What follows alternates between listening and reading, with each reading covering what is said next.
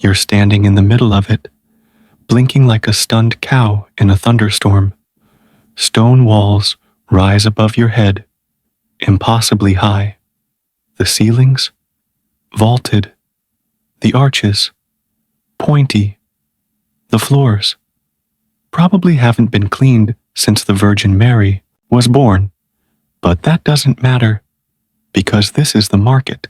And yes, it's big, it's beautiful, and it has everything. Well, not everything. You won't find love here, or dental hygiene, but in terms of medieval shopping, this place is paradise. You shuffle forward, boots scraping against centuries-old stone, trying to remember why you came. Was it eggs? Soap? A goose? A husband? Someone yells fresh turnips, like they're announcing royal treasure. Someone else yells, he's stealing, which, to be fair, is kind of the same thing. Your nose is already full, with the smell of fish, sweat, wet straw, and something that might be cheese, or might be a dead rat. No one's quite sure, but you don't mind. This is the one place where you can find everything you didn't know you needed, and everything you definitely can't afford. The medieval mall, minus the escalators. It's not exactly glamorous. There's no music playing, no scented candles or glittery window displays, but it's alive. You see a man selling shoes made out of rope, actual rope, as in, these used to tie up a cow, rope. Next to him, a woman yelling about the healing powers of dried frog skin. Her stall is decorated with skulls, feathers, and a suspiciously human-looking tooth. You wander past a man selling holy relics, which are really just bones he found in his backyard and rubbed with garlic. Then there's the spice merchant. His little wooden table is covered in tiny cloth sacks tied with string, cinnamon, cloves, nutmeg, and a price tag that basically says, only if you're royalty. But the smells, oh, the smells. You breathe them in like they might fix your life. For a second, it almost feels like they do. Every stall tells a story. The blacksmith's corner is hot, smoky, and sounds like someone is constantly trying to wake up a dragon. Sparks fly, children stare. Someone always almost loses an eyebrow. Over in the corner, a farmer is selling fresh eggs that are debatably fresh. One of them already has legs. No one cares. There's a boy balancing a goose on his head, yelling, cheapest birds in town. And frankly, he's not wrong. That goose looks mentally checked out. And then, the fabric stall. You stop, touch it. It's rough, coarse wool that will scratch your skin into submission. But it's dyed, bright reds, faded blues, mud-stained yellows. For a moment, your eyes forget the dirt and only see the color. A poor woman picks up a scrap and sighs. She knows she can't afford it, but she holds it anyway, like a dream she'll keep for later. The soundtrack of the marketplace, it's not quiet. It's never quiet. There are chickens screaming, pigs grunting, a man playing the lute, like it owes him money. Somebody's baby is crying. Somebody's husband is definitely not helping. Arguments fly like arrows. No, you said 2 for a penny. I said 2 if you bring your own basket. That's not even real honey. Yes, it is. No, it isn't. I saw your son pee in it. Nobody apologizes. That's not how markets work. You bargain. You lie. You laugh. You walk away pretending you didn't just pay double for stale bread. Fashionably, filthy people dress up to go to the market. Well, dress up is generous. They wear their second best tunic, the one with only one hole. Some women tuck sprigs of herbs into their braids, not for style, for smell. Others smear rose water behind their ears or lavender on their sleeves, hoping to mask the fact they haven't bathed since Pentecost. One man walks around in a velvet robe 2 sizes too big. Rumor says he stole it from a dead bishop. He claims it's noble fashion. Everyone else just avoids sitting near him. Still, there's something oddly beautiful in it. The way people show up, scrubbed and patched, just to feel a little human again. Where gossip travels faster than plague. You learn more in 5 minutes at the market than you ever would in church. Who's marrying who? Who's cheating on who? Who's got boils? Who's got money? Who says they have money, but definitely doesn't? It's like medieval Twitter, but louder.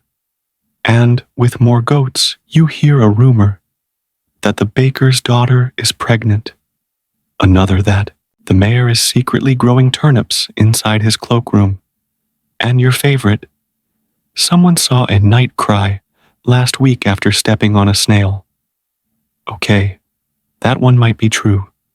Not just shopping. Survival. People don't come here for fun. They come because they have to. A mother counts out coins with shaking hands. She needs barley. She needs salt. She needs something for her sick son, who hasn't eaten in days. A man with one leg leans on a broken crutch, trying to sell onions. No one buys any, but one woman hands him a scrap of bread. He cries, pretends he has dust in his eye. A child steals an apple, gets caught. The vendor chases him with a stick, but then hands him a second apple and tells him not to come back without his mother, because the market is brutal. But it's also oddly kind. A church, a tavern, and a pit of mud most markets sit right outside the church. God in the front, chaos in the back. On one side, prayers and incense. On the other, sausages and shouting. And in the middle, mud. Always mud. Doesn't matter the season. You step in it. You slip. Someone laughs. Then they slip too. By midday, half the town has mud in their teeth. By evening, no one even notices. The art of not starving. You don't always come home with what you wanted. Sometimes your eggs are cracked. Sometimes your cabbage has worms. Sometimes your chicken dies on the way home. But you came. You traded. You talked. You saw people. You reminded yourself you're still part of something. Even if it smells like goat pee and regret, you bring your sack inside. Lay out your treasures. A loaf, a little honey, a wedge of cheese so hard it could break your jaw, and somehow, that's enough. The market didn't care if you were poor, or tired, or broken. It opened its arms, yelled in your face, and handed you a turnip with a wink. It gave you noise when your house was too quiet, laughter when your heart was heavy. A place to be seen, even if no one remembered your name. It wasn't clean. It wasn't fair. It didn't smell nice. But it was everything. And for one loud, muddy, ridiculous afternoon, it was yours. You're sitting on a stone bench, squinting at the sun, and wondering if your sandals are melting. It's hot. It's dusty. And somewhere, in the distance, someone is yelling about a scroll written in 3 languages that might finally explain how fish breathe. Welcome to Alexandria, not just the city, the idea, because this place wanted everything, every scroll, every manuscript, every half-finished grocery list scratched on pottery. If it had ink on it, they wanted it. The goal was simple: own every book on earth. The method? Slightly less noble. A library, so big it could crush your house. The Great Library wasn't some cute little corner bookshop. It was a monster. Shelves taller than grown men. Corridors that never ended. Scrolls piled on scrolls, stacked like lasagna. If lasagna had footnotes in Greek and smelled like mildew and hope, you walk in and it's silent, too silent, like even the dust is thinking. Scribes sit cross-legged in corners, copying Plato with one hand and chewing on reeds with the other. Ink stains everywhere. No one's bathed in days. It's perfect. You don't come here to borrow. You come here to drown. In words, in theories, in arguments about whether dreams come from the gods or just from bad cheese. Nice scroll. We'll take it. Now, here's the fun part. Alexandria didn't ask nicely. If your ship docked in their harbor, surprise, the librarians were already climbing aboard. They'd take your books, all of them, copy them, keep the originals, hand you back the duplicates, and say, "You're welcome." It was intellectual piracy, except instead of parrots and eye patches, it was tunics and judgmental glances. They wanted Babylonian astronomy, Egyptian medicine, Indian mathematics, Roman law, African folk tales, Greek philosophy, Chinese herbal guides. All of it. Didn't matter if they could read it. They just had to have it. Who even runs this place? Technically, scholars. Realistically, obsessive nerds with too much power and not enough hobbies. There were priests who read poetry, astronomers who thought stars had feelings, doctors who thought leeches were the future, philosophers who argued for 10 hours about whether chairs exist, and at the center of it all, Ptolemy, or his cousin, or his cousin's cousin. It didn't matter. If your last name wasn't Scroll, no one cared. They poured money into it, hired anyone who could write without drooling, and made collecting knowledge a full-time job. What's actually in there? Let's just say, a lot. But also, no one's really sure. Because Alexandria wasn't organized like your local library. No Dewey Decimal System. No genre sections. Just labels like medicine, probably, or stuff about birds. There were scrolls on how to cure hiccups with beet juice, maps of lands that might not exist, epic poems longer than most marriages, recipes, rants, inventions, incredibly boring stuff about tax policy, and the best part?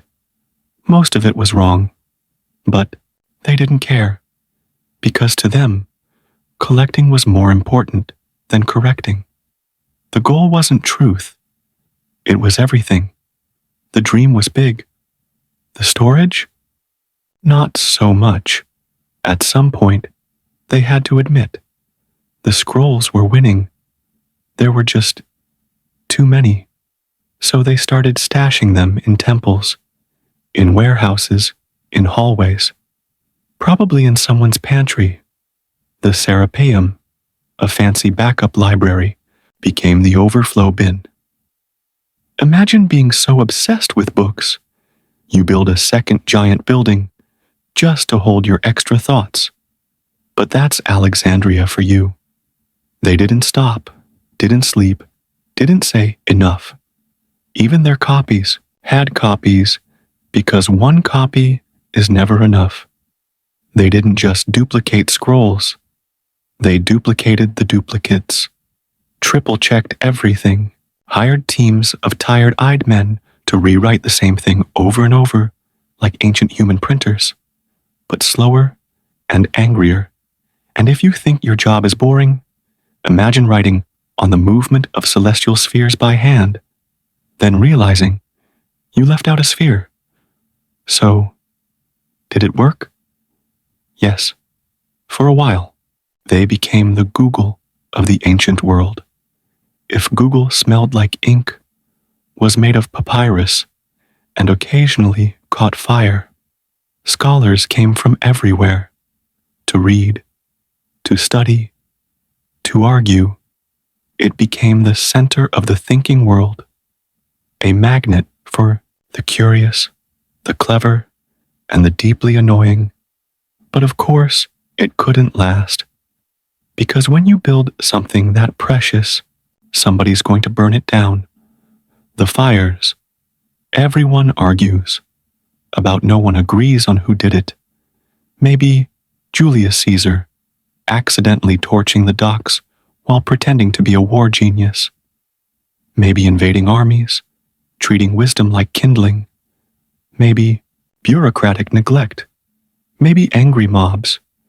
Maybe just time. It probably didn't all vanish in one night. More like a slow, smoky heartbreak. Scroll by scroll. Shelf by shelf. Until all that was left was ash and regret. You can't collect the whole world. But they tried. They were arrogant. They were brilliant. They were absolutely out of their minds. But they believed, really believed, that knowledge could hold the world together, that if they just read enough, they could fix anything, even death, even heartbreak, even war. Spoiler, they couldn't, but they left something behind anyway. Not just scrolls or myths or half-burned catalogs, but the idea that human curiosity is worth building temples for, even if those temples crumble. Final thought before you sleep, they didn't have Kindles. They didn't have hard drives. They had ink-stained fingers and an obsession. And maybe that's enough, because long after the books were gone, the dream still whispered through the ruins. Write it down. Save it. Someone might need it someday. You're standing in line behind a man with scrolls poking out of every pocket. And you can't help thinking, this place wasn't built for reading. It was built to show off. The Library of Alexandria didn't whisper, come study quietly. It shouted, behold our brain muscles. It wasn't just the largest collection of knowledge in the ancient world. It was a status symbol, an academic power move, a massive intellectual peacock feather, wagging proudly in the face of the rest of the world. Because when Alexandria built its library, it wasn't trying to help people. It was trying to say, we're smarter than you, and richer, and also, we own your books now. Knowledge? Yes, but also vibes. The library was located in the Mausion, a word that literally means Temple of the Muses. That's right. They built an actual temple for ideas. Marble columns, courtyards with statues of dead geniuses, perfumed scholars debating astronomy while pigeons pooped overhead. And it wasn't just for studying. It was a full package. Gardens, lecture halls, dining rooms, even a zoo. Because nothing says serious intellectual center like trying to study geometry while a monkey screams in the background. This was academia meets luxury resort, a brain spa, a think tank with olive trees, and surprisingly aggressive peacocks. We don't need an army. We have papyrus. Plups P. Ptolemy. I and his descendants weren't fools. They knew controlling information was the real power move. Why invade people when you can just outthink them? So they poured money into scrolls, scholars, translators, scribes, whatever it took to make Alexandria the beating heart of all human knowledge, or at least to look like it, because when foreign dignitaries visited, they didn't take them to battlefields. They took them here, to halls lined with thousands of scrolls, to scholars who could quote 5 religions before breakfast, to debates so complicated they'd make your ears bleed, and everyone left thinking the same thing. We're never winning a quiz night against these people. It was less library card, and more, you wish you were us. There were no casual visitors. You didn't just pop in to grab a scroll on cabbage farming. To enter the library, you had to be somebody, a scholar, a poet, a philosopher, or at least very good at pretending. And even then, you might get stuck in the copy room for 10 years, rewriting Aristotle in a language you barely speak, while eating boiled lentils and losing your eyesight. But still, people came from Greece, from India, from Africa, from everywhere, because Alexandria had what no one else did, a kingdom of scrolls, and the royal smugness that came with it, the original academic clout machine. You think modern universities brag? Alexandria basically invented the humble brag. Oh, your city has an oracle? Cute. We just translated Sumerian stargazing manuals and wrote a 400-scroll guide on the ethics of fish ownership. They didn't do things halfway. They had whole departments dedicated to cataloging catalogs. They invented the concept of bibliography. Yes, that list in the back of your paper that no one ever reads? Thank Alexandria.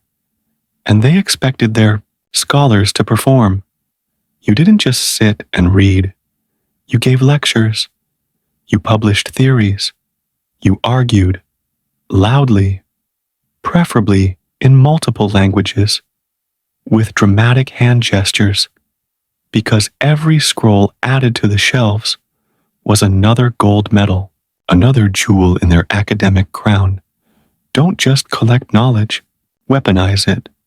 Alexandria's real flex wasn't just having knowledge, it was owning the knowledge of others. They'd seize texts from ships, as you know, but they also hunted rare scrolls across continents, paid enormous sums, traded favors, maybe even blackmailed a few authors.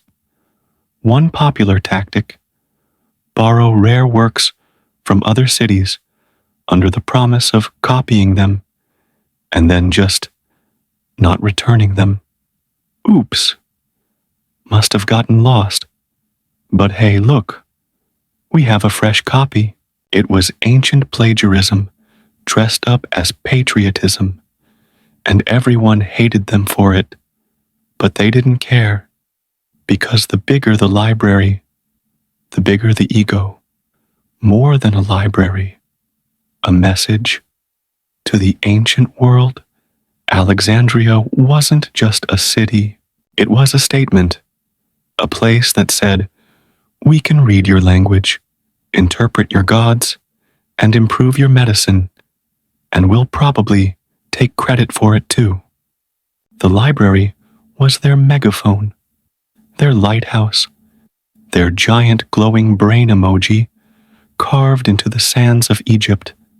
Every scroll they collected said, We matter more than you. Every debate said, we think harder than you.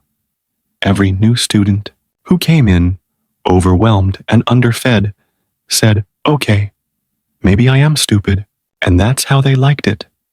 What happens to a flex when the world moves on? The tragedy, it worked too well.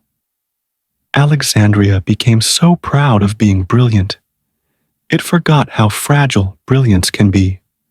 A few fires, a few rulers who didn't like facts, a few centuries of dust, and suddenly, the Great Flex became a ghost story, a monument to what was, but the echo still flexes, even now, thousands of years later. People still talk about it, still dream about it, still wonder what was lost in those scrolls, because for all its ego, all its snobbery, all its dramatic librarian behavior, Alexandria believed in something.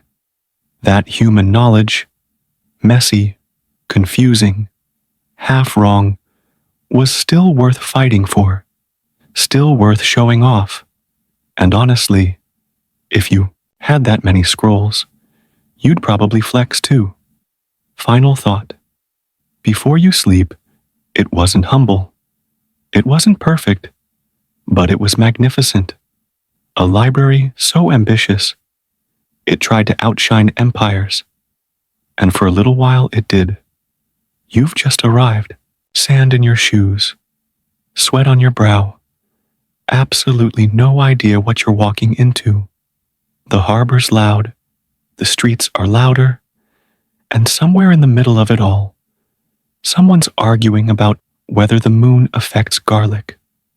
Congratulations, you've made it to Alexandria, not just a city, a full-blown intellectual rave. This is where ideas came, not to be shelved, but to dance. Forget quiet. This library had drama. Let's get one thing straight. The Library of Alexandria wasn't some calm, quiet sanctuary with hushed whispers and overdue fines. It was a theatrical event. Scrolls flying, scribes arguing, scholars pacing barefoot in circles, muttering about metaphysics. One guy's translating Egyptian astrology, another's rewriting Homer, again, because apparently no one can agree on how many ships showed up. Meanwhile, the medical department is trying to prove sneezing resets the soul. No one's ruling it out. Every scroll had a backstory. They weren't just collecting knowledge. They were collecting drama. One scroll might have traveled across the desert, tied to a camel. Another smuggled out of a collapsing empire in someone's boot. A third? Possibly fake, but written in such beautiful handwriting. No one had the heart to say anything. People copied everything. Recipes, dream interpretations, treatises on toenail fungus. No filter, and you could never be sure what you were getting. A scientific breakthrough, or some guy's very passionate rant about raisins. But that was the point. Scholars by day, divas by night. You couldn't just be smart here. You had to perform it. Being a thinker in Alexandria meant constant debates, dramatic exits, passive-aggressive scroll annotations. If you didn't offend 3 philosophers before lunch, were you even trying? They argued in courtyards, on rooftops, probably in their sleep. And the worst insult you could throw wasn't "you're wrong." It was, "You clearly haven't read Parmenides." Oof. It was basically a giant, ancient think tank. With sandals, you know that one person who won't shut up at dinner about consciousness, time travel, and what dreams really mean. Now imagine 2,000 of them in the same place, at once. Some were funded by the state. Others showed up just to argue for food. All of them? Convinced they were right. It was chaos. Brilliant, sand-covered chaos. Oh, you're smart. Prove it. Loudly. In Alexandria, being book-smart wasn't enough. You had to back it up. In the forum, in the lecture hall, at the market while holding a chicken. Anywhere was fair game.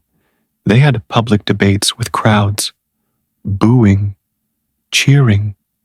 Occasionally, someone threw bread. 1 minute you're discussing Plato. The next, someone's shouting about whether worms have souls. Welcome to the intellectual Olympics. Everyone showed up. Eventually, if you were a thinker worth anything, you ended up in Alexandria. Greeks, Persians, Indians, Egyptians, maybe even that one guy from the hills who just liked drawing triangles. They brought their ideas, their languages, their strange food and stranger theories. It didn't matter if your worldview made 0 sense. If it was interesting, you were in. Because this wasn't just a library. It was a melting pot of madness. And somehow, it worked. Copy first. Ask questions never. If a scroll entered the city, it was copied. Period. Didn't matter if it was about advanced astronomy or how to pickle goat tongues in seawater. Everything was worth preserving, even the bad stuff, especially the bad stuff, because sometimes the bad stuff turned out to be genius later, or at least funny. The motto might as well have been, we don't throw away ideas, we hoard them until they make sense. The librarians were rock stars, okay. Not literally. They didn't tour. They didn't have fan clubs. But in Alexandria, these guys were legends. Callimachus wrote the first library catalog, probably complained about it the whole time. Eratosthenes figured out the Earth's circumference with shadows and sticks. And Hypatia? She did math and philosophy, while people accused her of witchcraft, which, in ancient terms, just meant she was smarter than everyone else. These were the Beyoncé, Einstein, and Weird Uncle Steve of ancient academia, all in one place. The air smelled like ink and overconfidence. Walking through the Mausion felt like stepping into a cloud of papyrus dust and unshakable self-importance. People recited theories like poetry, quoted texts older than their grandparents, wrote on scraps, bark, pottery, whatever they could find. And if you disagreed, good. That's how ideas partied. They weren't afraid of confusion. They loved confusion. They rolled around in it, like cats in scrolls. Because the messier it got, the more interesting it became. And then, it ended. Eventually, the party slowed down. Empires fell. Priorities shifted. People got tired of scrolls and started liking swords again. Then came the fires, the looters, the silence, and that loud, messy, glorious brain bash of a city became a legend. But the party echoes. And some ideas are too loud to disappear. Some cities are too strange to forget. Alexandria was one of those. It wasn't clean. It wasn't perfect. It definitely wasn't quiet. But it was alive, like a living encyclopedia that drank too much wine. And every time someone argues in a cafe, rewrites an old theory, or asks a weird question about moonlight and mushrooms, Alexandria lives again. Final thought, before you sleep, so next time your brain won't shut up at 3 a.m. Next time you Google something bizarre, Next time you scribble a terrible idea in the margins, just know you'd fit right in. Because Alexandria didn't want silence. It wanted noise. And you're the perfect kind of loud.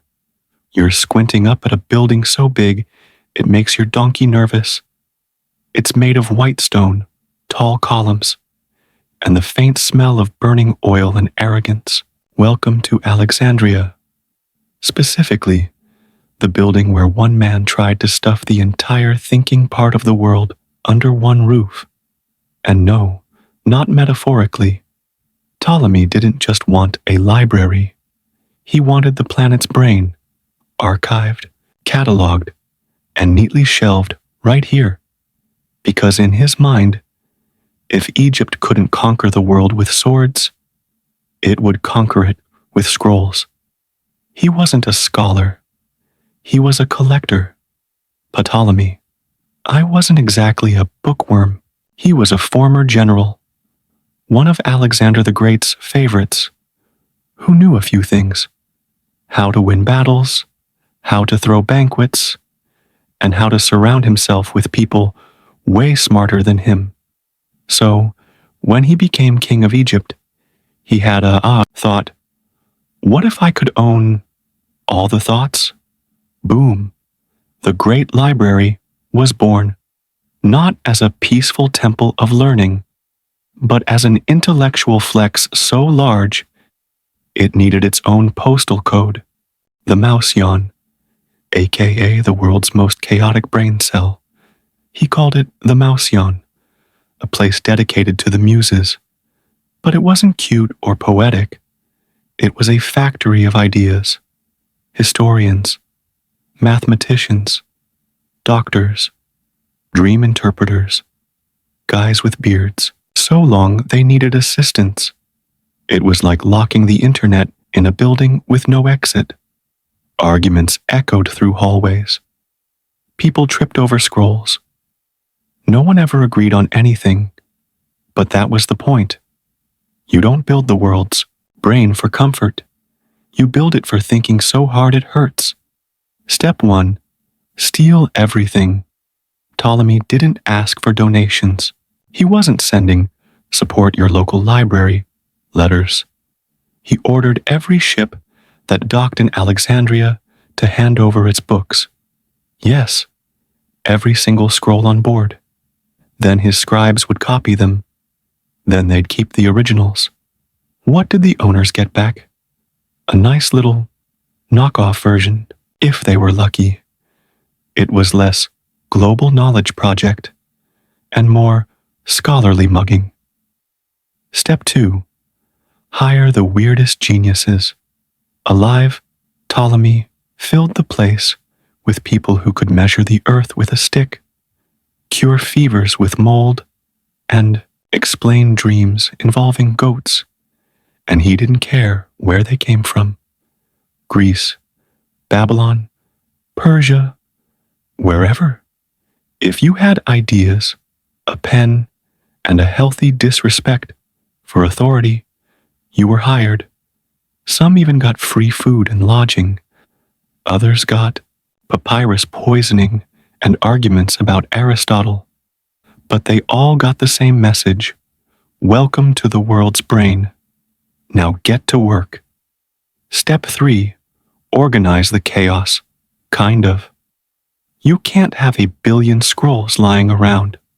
So Ptolemy's team created categories, catalogs, filing systems, possibly invented the first book spine labels, possibly cried while doing it. One guy, Callimachus, wrote a library index that took up 120 scrolls on its own, and still, nobody could find anything. It was a system built by geniuses, which meant no one normal could use it. So what was in this brain? Everything.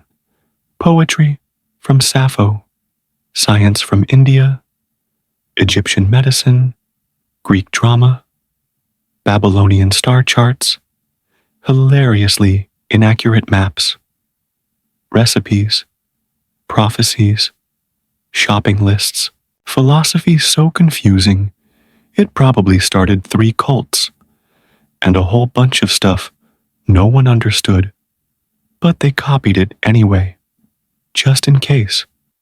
Because when you're building the world's brain, no thought is too weird.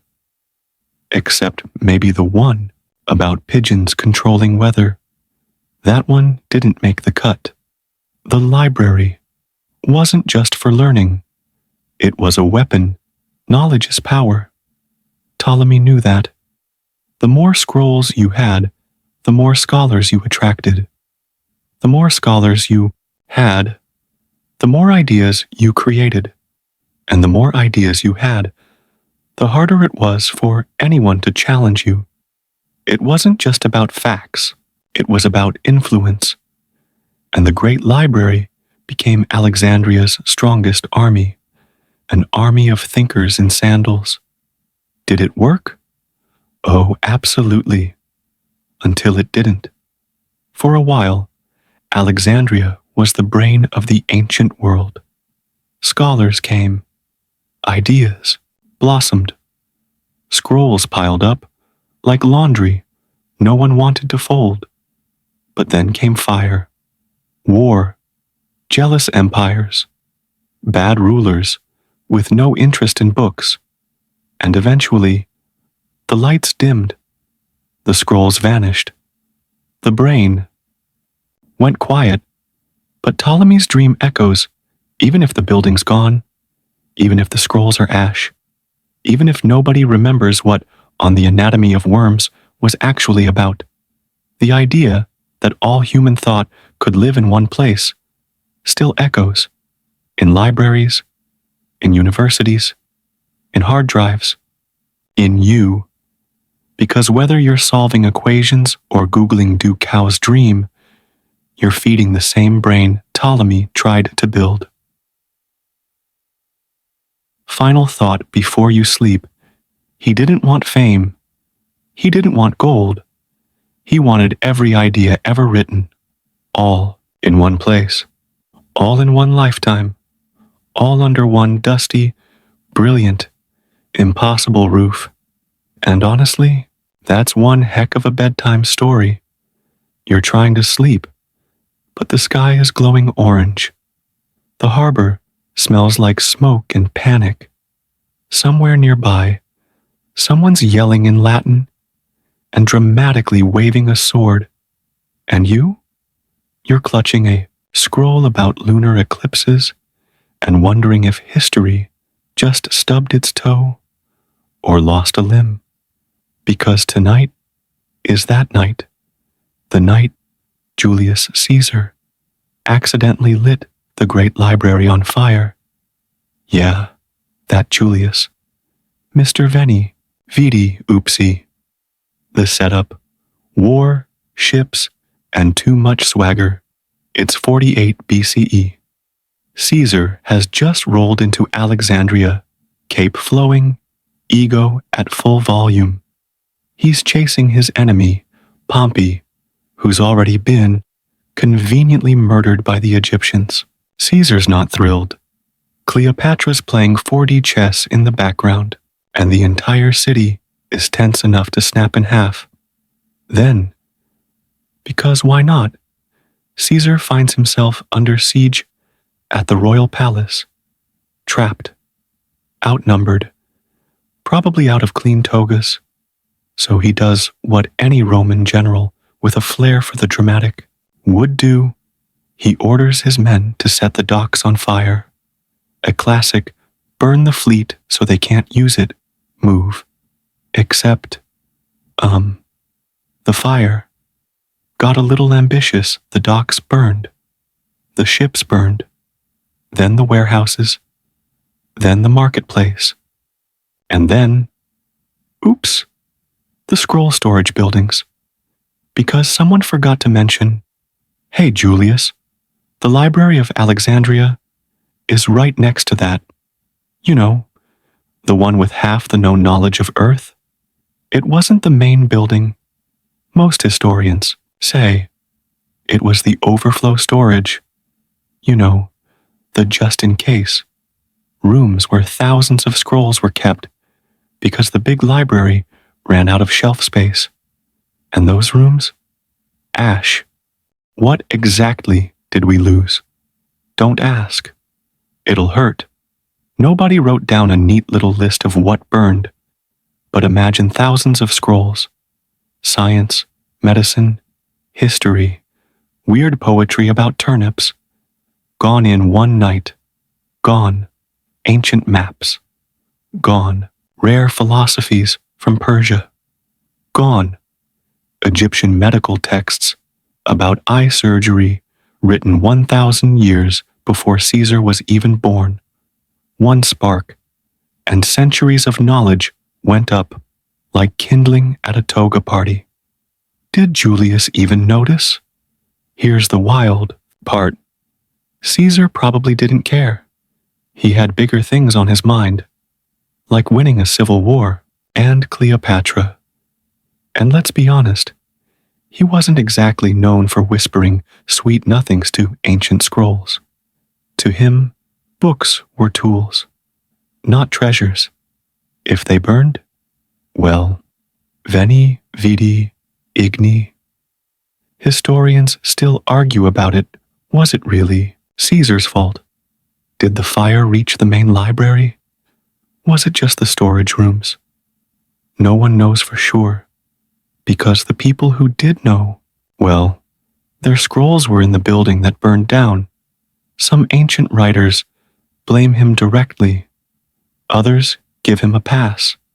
But the truth is, when you start lighting things on fire in a city made of wood, papyrus, and ambition, you're going to ruin somebody's library.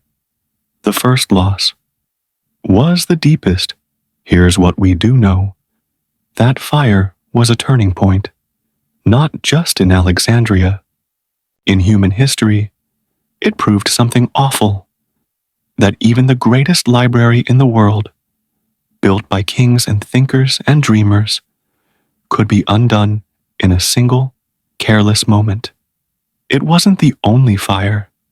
It might not even have been the worst, but it was the first real wound, the one that never quite healed. The tragedy wasn't just the flames, it was the silence that followed. All those scrolls, all those voices snuffed out, ideas that had traveled oceans, argued through generations, copied lovingly by hand, reduced to smoke, no backup, no cloud storage, just cinders in the Egyptian wind. And yet, Alexandria lived on, sort of. The main library? It probably survived.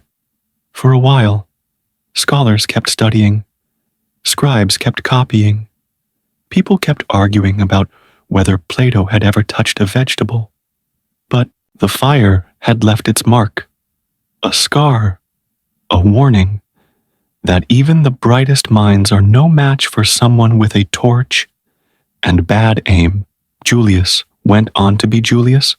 After the fire, he won the war, dated Cleopatra, changed history, got stabbed.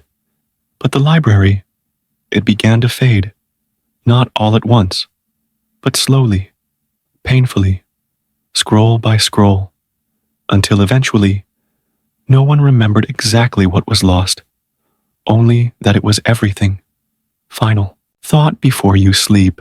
Sometimes history isn't erased by villains. Sometimes it's burned by accident, by someone trying to survive a battle, trying to win a war, trying to impress a queen. And somewhere in the background, the world's greatest library quietly catches fire. And the rest of us, we just hope someone, somewhere, remembered what it said. You're standing in front of a stone building that looks unimpressed. No columns, no statues, no inscriptions of wisdom etched in gold, just a warehouse, dusty, plain, probably smells like mold and wet papyrus. And yet, this could have been the second brain of the world. Or not. because no one really agrees if it even burned, or when, or how, or if it existed the way we imagine it. Welcome to the mystery box of ancient knowledge, the storage facility of the Great Library of Alexandria, the backup brain, the side hustle of human history. So, what was this place? Picture it like this. The Library of Alexandria was so full of scrolls, it was overflowing, so they built a backup stash, likely in the Serapeum, a grand temple dedicated to Serapis, the god of fusion and confusion. It wasn't as famous as the main library, but it was big, sacred, smelled like incense and old parchment. And if the stories are true, it held thousands of scrolls, maybe even more than the main library itself. This was the Dropbox folder of the ancient world, except it was made of stone and had cats living in it. Here's where it gets messy. Some ancient sources say it burned. Others say it didn't. Some say it was raided by angry mobs with torches. Others say the Christians did it later, after declaring scrolls not very Jesus-approved. Others say it died slowly, scrolls decaying in silence, eaten by humidity, insects, and neglect. Basically, the building turned into a historical version of Schrödinger's cat. It was both burned and not burned until someone figures it out. Let's blame Theodosius. Kind of. Fast forward to 391, CE Emperor Theodosius. Bans pagan worship? The Serapeum? A big fat pagan temple? Boom. Mobs. Destruction. Statues smashed. Altars burned. Did they torch the scrolls? Too. Maybe. Some say the library part had already been emptied. Others say there were still thousands of scrolls inside. Philosophy, medicine, astronomy, that went up in flames with the statues. It depends on which ancient gossip column you read. Was it a warehouse? A temple? A secret library? Historians still argue. Some call it a glorified filing cabinet. Others think it was a full-blown research hub with lecture halls, scribes, and that one guy who wouldn't stop quoting Plato at lunch. The truth? It was probably a bit of everything. A temple, a storage space, a school, a sanctuary for weird, wonderful, world-changing thoughts, and possibly one of the final outposts of the Great Library's dream. And what did we maybe lose? You know, just casual stuff. Like Greek tragedies no one remembers, medical journals with surgical diagrams, atlases with countries drawn upside down, poems, recipes, instructions for instruments that haven't existed since. Possibly the first real user manual for the human soul. Gone, or maybe it wasn't there at all. Maybe it was already moved. Maybe it never held that much to begin with. Welcome to the heartbreak of almost history. Why do we even care so much? Because it's the last hope. After Caesar's fire, after wars, after rulers who didn't read, this warehouse was supposed to be the emergency exit. If there was any surviving remnant of the Great Library's vision, it was probably here, and when it went down, or didn't, a part of humanity's curiosity felt it, like a light flickering in a room no one's allowed to enter anymore. So, did it burn? Honestly, we'll never know. The records are gone. The building's a ruin. The scrolls, if they ever existed there, are dust, mixed with temple rubble and very confused archaeologists. It's the kind of historical mystery that keeps scholars awake and conspiracy theorists very entertained. And the worst part? The warehouse didn't even get a proper ending. No farewell speech. No dramatic collapse. Just a slow fade. Into historical, maybe. But the legend lives. Because sometimes the idea of something matters more than the facts. This warehouse, real, burned, lost, or never full to begin with, became a symbol of what we could have kept, of what we might have known, of how easily knowledge slips through fingers when we're not paying attention. And that's what stings the most. Not the fire, not the ruins, but the silence that followed. Final thought before you sleep. It's comforting, in a strange way, to know that somewhere out there, maybe a quiet, dusty warehouse, once held the greatest thoughts of the ancient world. Or maybe it didn't, but it could have, and sometimes that's enough to make us dream. You're walking through Alexandria, and something feels off. The streets are louder. The temples look nervous.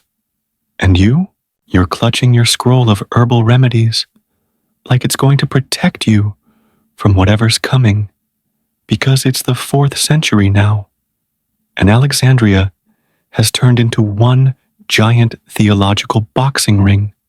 Pagans, Christians, philosophy, faith, politics, torches, and a whole lot of very, very loud yelling. This isn't a debate anymore. This is a collision. Once upon a time, everyone kind of coexisted. Back when the great library was at its peak, Alexandria was a beautiful intellectual stew. You had Greeks reading Egyptian rituals, Romans studying Indian astronomy, philosophers arguing over the soul while standing next to priests burning incense. Sure, people disagreed, but it was a weirdly functional chaos, the kind where scrolls got written, copied, debated, and occasionally thrown across the room. And then, things got religious. Enter Christianity, and it's not here to play nice. By the late 300s, Christianity wasn't just an underground movement anymore.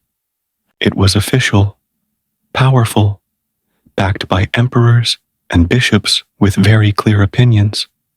And those temples, those scrolls, those dusty gods with bird heads and 8 arms, yeah, not welcome anymore.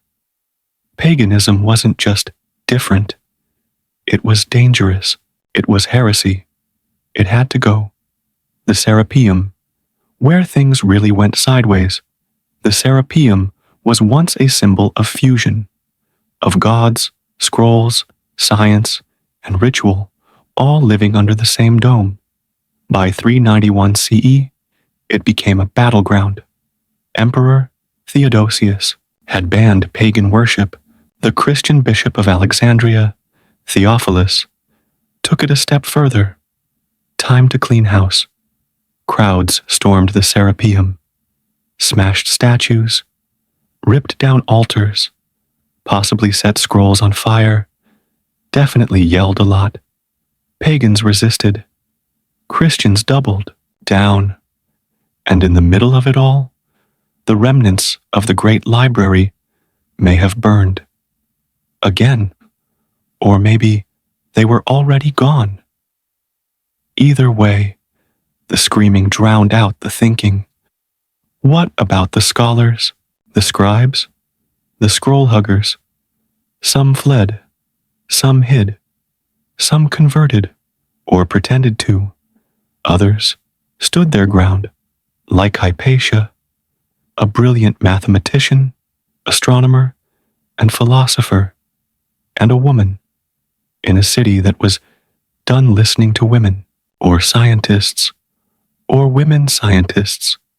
She kept teaching long after the scrolls started vanishing. She taught logic, mathematics, ethics, and in 415 CE, she was dragged from her carriage by a Christian mob and, well, history gets graphic here. Let's just say Alexandria officially closed the chapter on peaceful debate. This wasn't just religion. It was power. It's tempting to say this was all about belief, gods versus God. But really, it was about control. Who gets to decide what truth is? Who gets to say what knowledge is sacred? Who gets to burn the scroll and still sleep at night? And in Alexandria, that fight was loud, violent, unforgiving.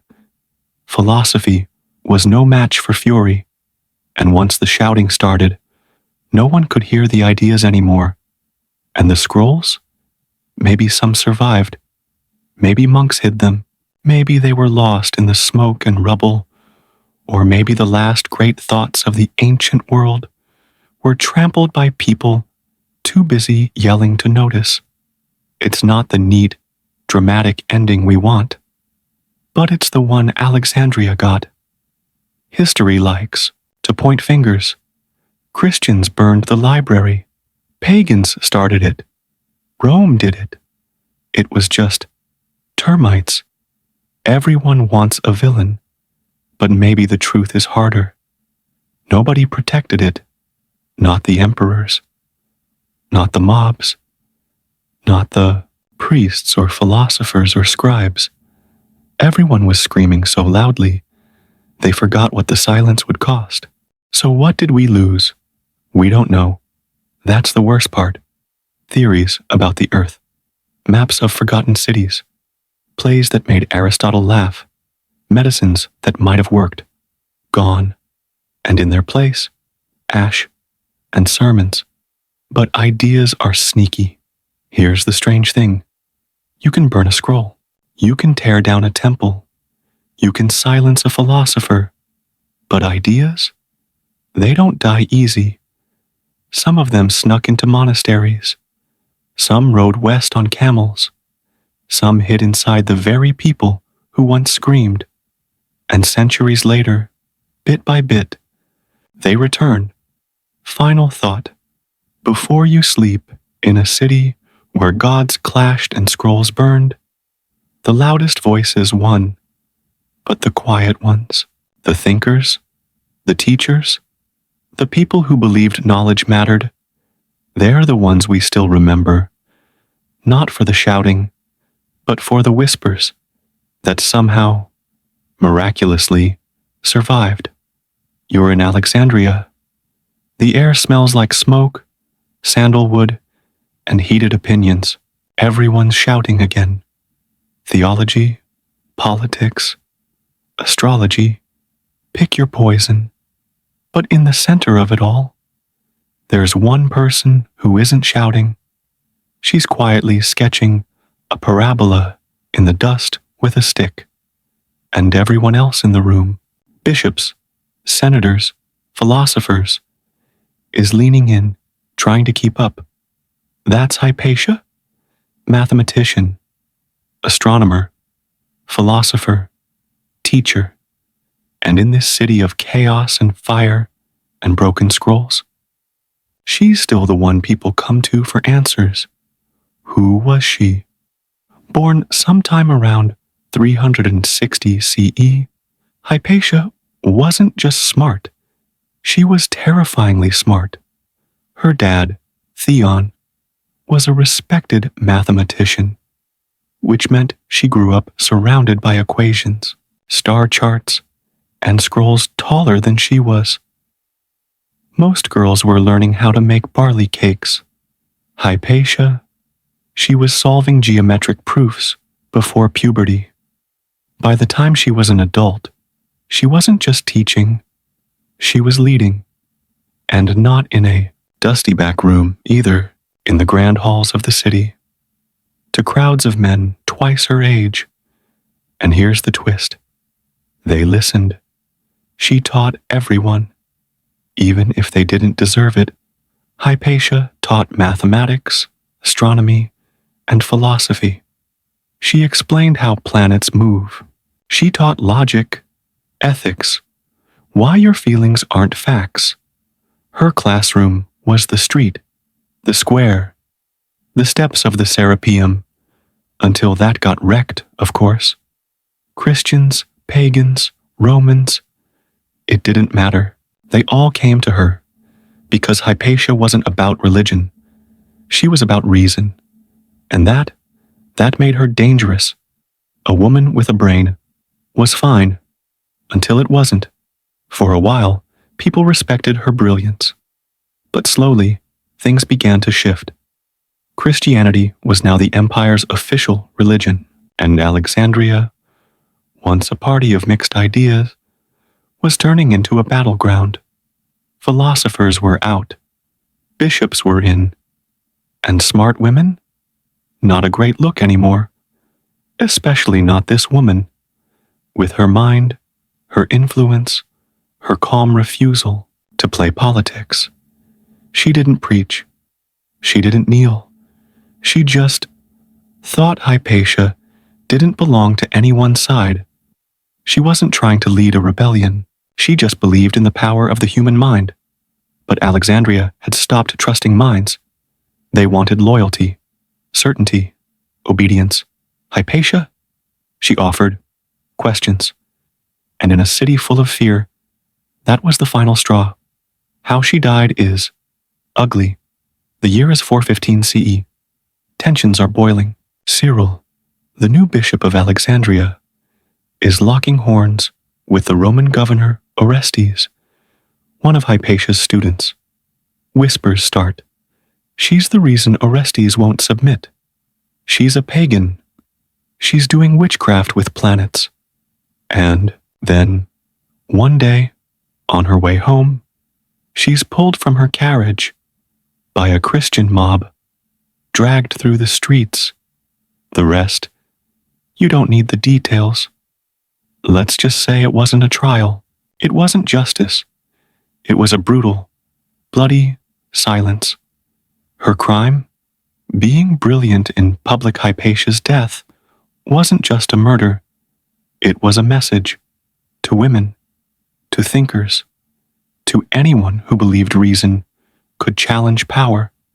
It said, "This is what happens when you ask too many questions." And Alexandria, already cracked and crumbling, felt something deep and final break. But ideas don't die. Like that, here's the twist the mob didn't count on. You can destroy a person. You can burn her papers. You can erase her from the city walls. But if she taught, if she inspired, if her ideas moved someone, then she never really disappears. Her students scattered. Her work echoed through their writings. Her name, whispered, mourned, and eventually honored, slipped into history's bloodstream. What did she actually do? Mathematically, she likely worked on commentary on Diophantus, basically ancient algebra, astronomy tools like the astrolabe, improving geometry texts that no one else even understood. But more than that, she represented something, the last breath of classical learning, the final flicker of logic in a world turning toward orthodoxy. She stood, calmly, at the edge of a collapsing era, and refused to flinch. Why she still matters? Because Hypatia wasn't just a woman, or a philosopher, or a tragic end. She was a symbol of what happens when intelligence dares to exist in public. She reminded the world, even as it burned around her, that reason matters, that clarity matters, that learning isn't a luxury, it's a survival tool. And centuries later, people still say her name, still write her story, still mourn what she stood for, because the mob may have silenced her voice, but not her meaning. Final thought before You sleep. She didn't start a war. She didn't raise a flag. She didn't swing a sword. She just taught. And in the end, that was louder than anything they could burn. Sleep well, knowing this. The smartest woman in the room never really leaves. You're standing outside a temple. It's quiet. Too quiet. And then, a roar, chanting, feet pounding on stone.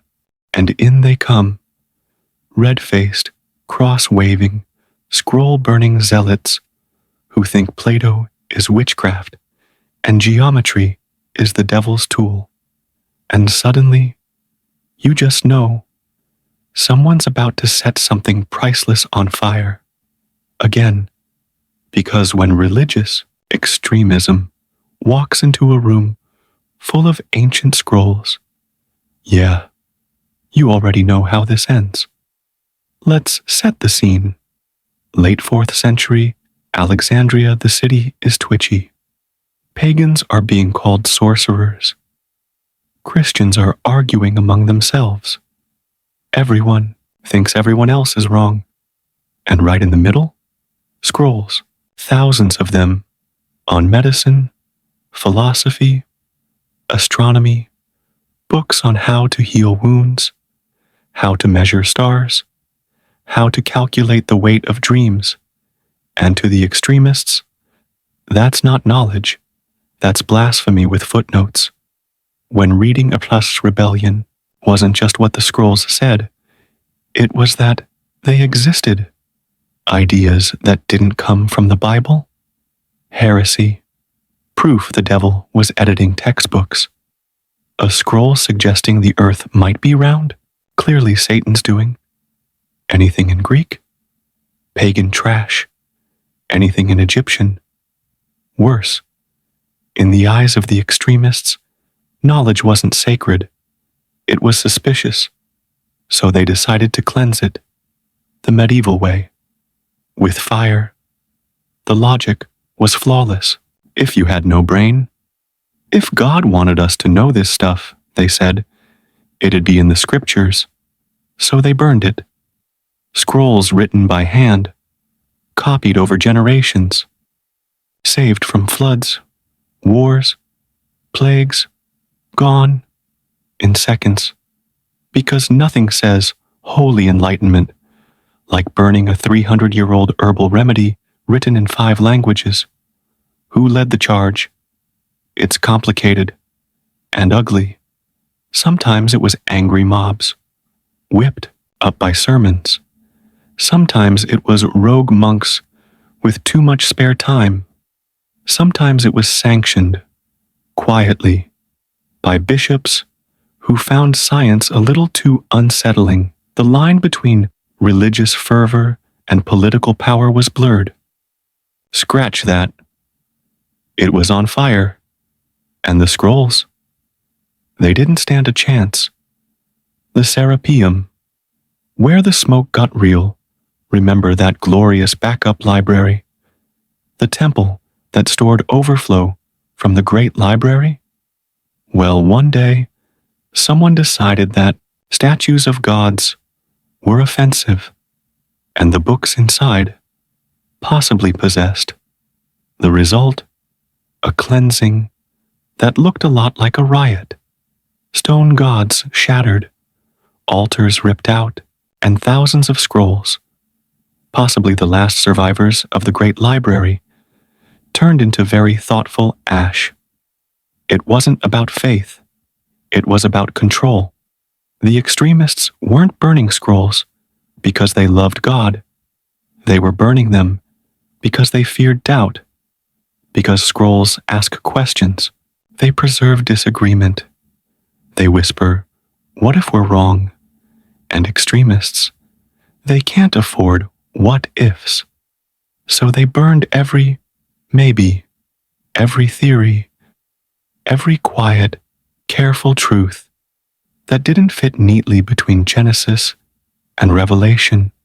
And the worst part? Most people let it happen. There were no guards at the door, no scribes throwing themselves in front of the flames. By then, the scholars were gone, the thinkers exiled, the city too exhausted to care.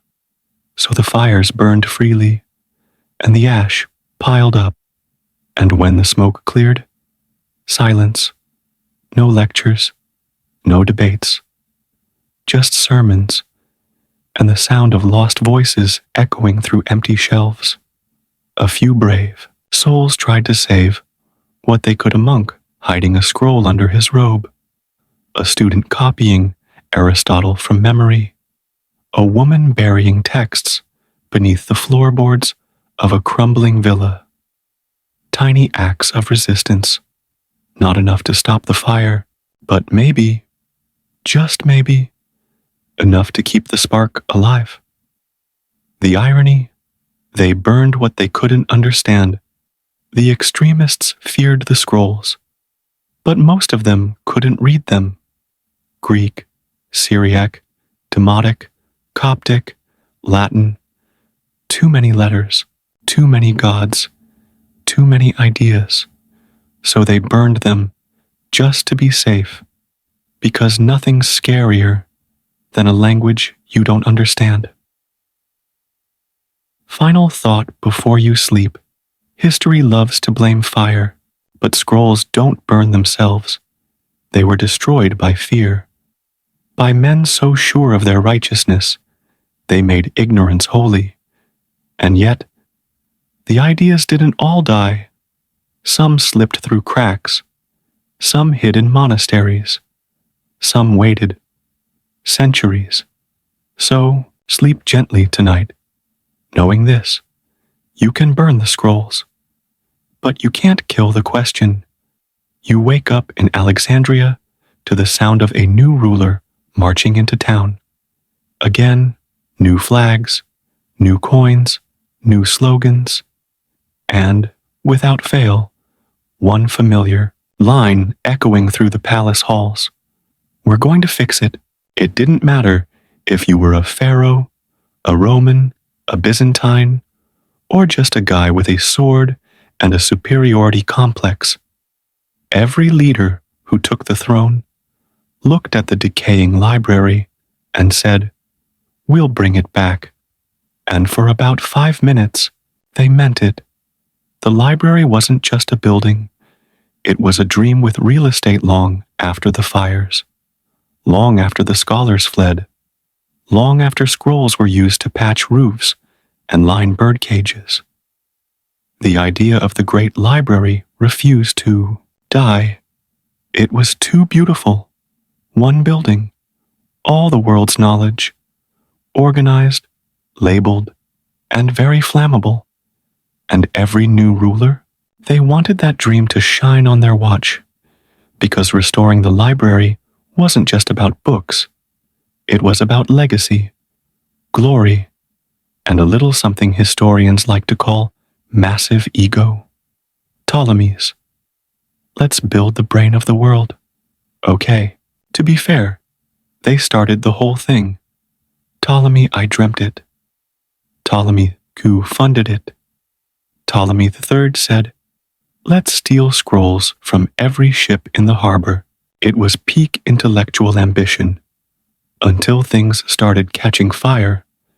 But even after that, later, Ptolemy still walked around muttering, "We'll fix it," as if knowledge could be replanted like basil. Spoiler: they mostly just added walls and hired angry scribes. Romans, let's make Alexandria great again. Enter Rome. They loved order, bureaucracy, infrastructure, and when Julius Caesar accidentally lit part of the city on fire, well, oops. But future Roman emperors looked at the ruins and said, "We'll fix it." They restored parts of the Mausoleum, reopened learning centers, even paid scholars in grain. For a while, it worked. Then more fires, more wars, more scrolls mysteriously used as kindling. Byzantines. What if theology, but with less books? The Byzantines inherited Alexandria, And, surprise, they also wanted to fix it, but this time with a catch. No pagan stuff, no weird math, only theology, please. So, they brought scrolls back. Some of them. They rebuilt classrooms. Sort of. They invited scholars. The right kind. Imagine trying to rebuild a world-class library, but refusing half the alphabet. The result? A library in theory, and a bonfire in practice. Caliph Omar. Maybe. If it's in the Quran, we don't need it. There's a famous, possibly fake, story about when Muslim forces took Alexandria. Someone allegedly asked Caliph Omar what to do with the remaining scrolls. And the answer? If the books agree with the Quran, we don't need them. If they don't, we definitely don't need them. So the scrolls were burned. Used to heat bathhouses for months. Did it happen? Historians argue. But the point remains, even when rulers promised to preserve knowledge, they often meant filtered knowledge. What they meant was, let's rebuild the idea of the library, not the real thing. The real library, with its messy cataloging, weird scrolls about fish diseases, and 400-year-old maps drawn by people who'd never seen a coastline. That was gone. What remained was a myth, and myths are much easier to fix. Just build a fancy building, hang a quote from Plato, invite some scholars, call it the new library. Boom. Fixed, right? But the problem was never just the walls, it was the thinking, the endless curiosity, the arguments, the copying and recopying of scrolls, even when they were boring, the belief that no idea was too small, too foreign, or too weird to be written down. You can rebuild stone. You can even restock scrolls. But you can't just summon that kind of intellectual chaos out of nowhere. It's not a renovation. It's a culture. And by the time most rulers realized that, they'd either been overthrown or they were using library shelves to store tax records. Each ruler made a promise. Most just made a mess. There were attempts, real ones, small study halls, translations, scribes hunched over desks by candlelight, tiny flames in the darkness. But they weren't rebuilding the library. They were clinging to its shadow. Because once a dream burns, scroll by scroll, scholar by scholar, you can't rebuild it with speeches. You rebuild it with patience. And nobody had time for that. Final thought before you sleep. The library didn't die in one fire. It died in 1,000 broken promises. Each ruler who said, "We'll fix it," meant well. But they were fixing a dream with bricks and scrolls, when what it really needed was courage, to think freely, to preserve everything, to listen to the weird, the brilliant, the uncomfortable. So sleep now, and if you ever wake up in charge of something precious, please don't just say, "We'll fix it." Actually mean it. You're asleep, probably dreaming about bread, stars, or scrolls. And then the floor moves, not like a creak, not like a breeze, like the entire earth just changed its mind. Stone shifts, jars rattle, and somewhere, deep inside Alexandria's already bruised ruins, something very old and very wise crumbles. Because if war and fire hadn't finished the library story, Mother Nature decided to sign her name at the bottom. Earthquakes in Alexandria? Oh yes, and they were not polite. Alexandria sat right along the edge of tectonic drama, near the eastern Mediterranean, a region where the ground likes to shimmy every few decades. And ancient buildings? Yeah, they weren't built for shimmying. Stone, columns, heavy archways, scroll-lined walls with zero structural flexibility. When the earth shook, everything ancient got nervous. And libraries? They got flattened. First, the roof caves in, then the silence. Imagine a scholar hunched over a table, translating Aristotle, a scribe organizing scrolls alphabetically, grumbling about the lack of vowels. Then, crack, walls shift, shelves tip, scrolls fall like leaves in a very tragic autumn. It's loud, then it's quiet, then it's gone. Not because someone set a fire, not because an army invaded, just because the ground had an opinion. Stone versus scroll. Guess who loses? Scrolls are dramatic little things. They hate humidity. They hate rats.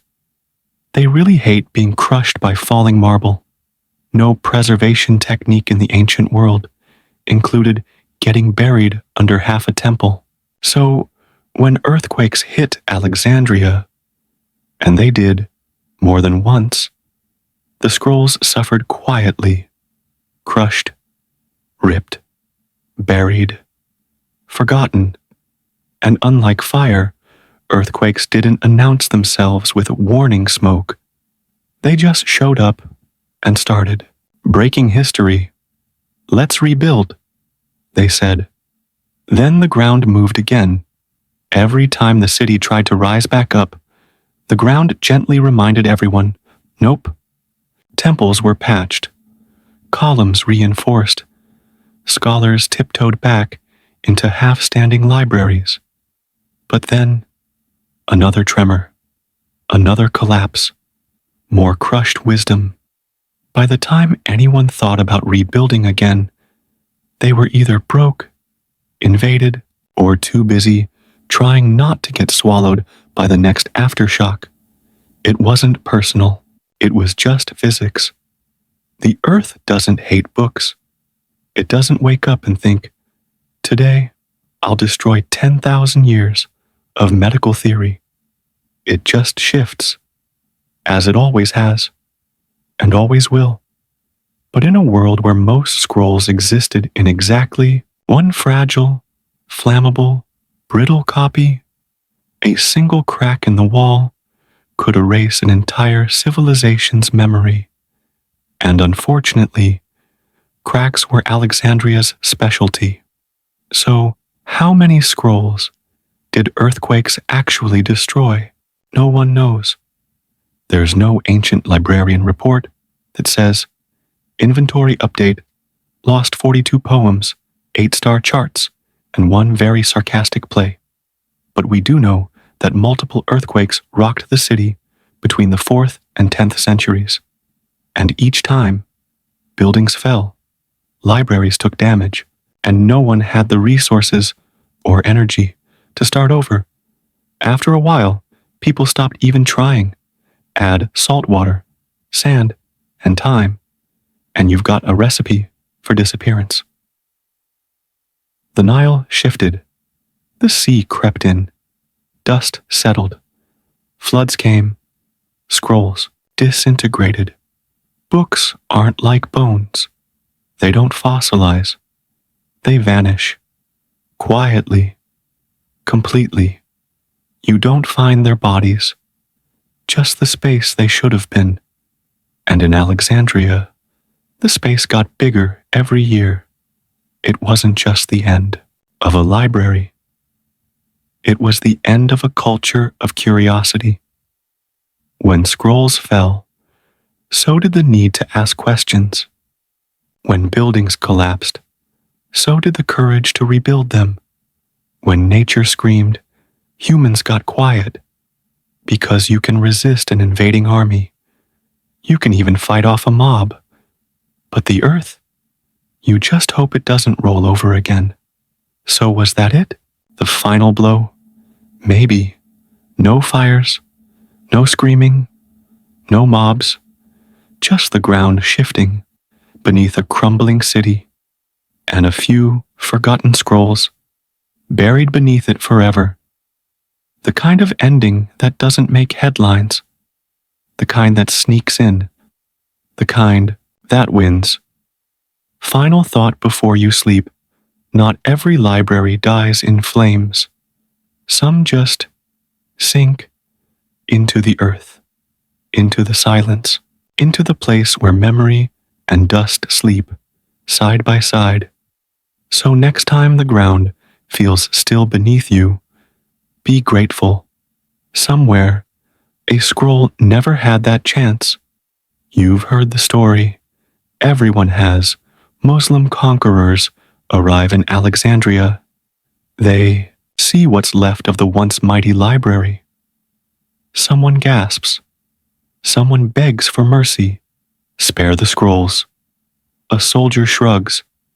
A commander sends word to Caliph Omar. And the message comes back: if the books agree with the Quran, we don't need them. If they disagree, we definitely don't need them. So the scrolls were tossed into bathhouse furnaces, burned for fuel, used to heat water for months. Sounds dramatic. Sounds devastating. Sounds a little too perfect. Let's talk about it. First of all, that quote is almost certainly fake. Let's start with the famous line attributed to Caliph Omar, the one about the books agreeing or disagreeing with the Quran. It first shows up in writing hundreds of years after the event supposedly happened. First, the roof caves in, then the silence. Imagine a scholar hunched over a table, translating Aristotle, a scribe organizing scrolls alphabetically, grumbling about the lack of vowels. Then, crack, walls shift, shelves tip, scrolls fall like leaves in a very tragic autumn. It's loud, then it's quiet, then it's gone.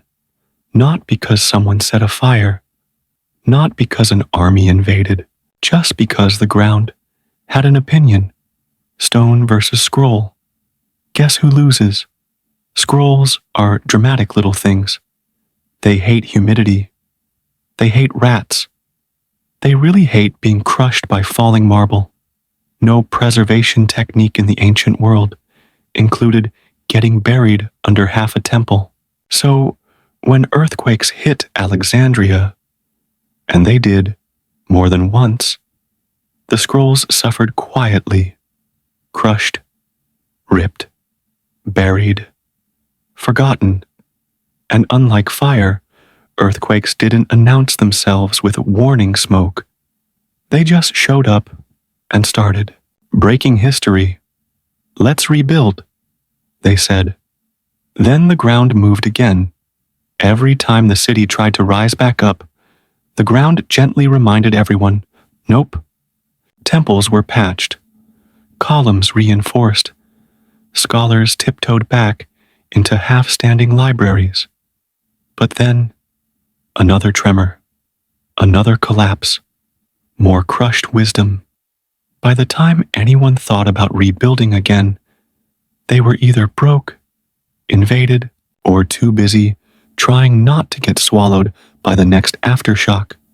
It wasn't personal. It was just physics. The earth doesn't hate books. It doesn't wake up and think, today, I'll destroy 10,000 years of medical theory. It just shifts, as it always has, and always will. But in a world where most scrolls existed in exactly one fragile, flammable, brittle copy, a single crack in the wall could erase an entire civilization's memory. And unfortunately, cracks were Alexandria's specialty. So, how many scrolls did earthquakes actually destroy? No one knows. There's no ancient librarian report that says, inventory update, lost 42 poems, 8-star charts, and one very sarcastic play. But we do know that multiple earthquakes rocked the city between the 4th and 10th centuries. And each time, buildings fell, libraries took damage, and no one had the resources or energy to start over. After a while, people stopped even trying. Add salt water, sand, and time, and you've got a recipe for disappearance. The Nile shifted. The sea crept in. Dust settled. Floods came. Scrolls disintegrated. Books aren't like bones. They don't fossilize. They vanish. Quietly. Completely. You don't find their bodies. Just the space they should have been. And in Alexandria, the space got bigger every year. It wasn't just the end of a library. It was the end of a culture of curiosity. When scrolls fell, so did the need to ask questions. When buildings collapsed, so did the courage to rebuild them. When nature screamed, humans got quiet. Because you can resist an invading army. You can even fight off a mob. But the earth?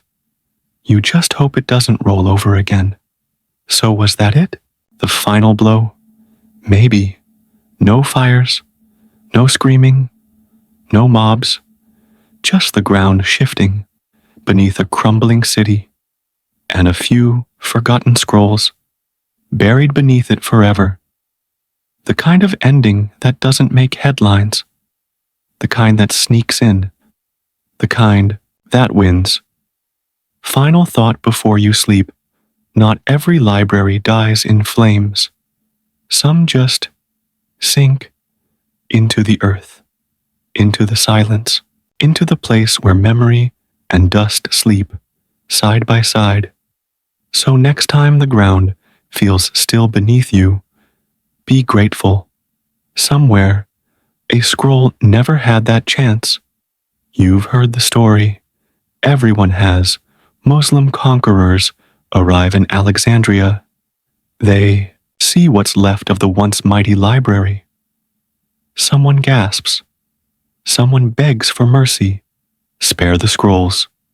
A soldier shrugs. A commander sends word to Caliph Omar. And the message comes back: if the books agree with the Quran, we don't need them. If they disagree, we definitely don't need them.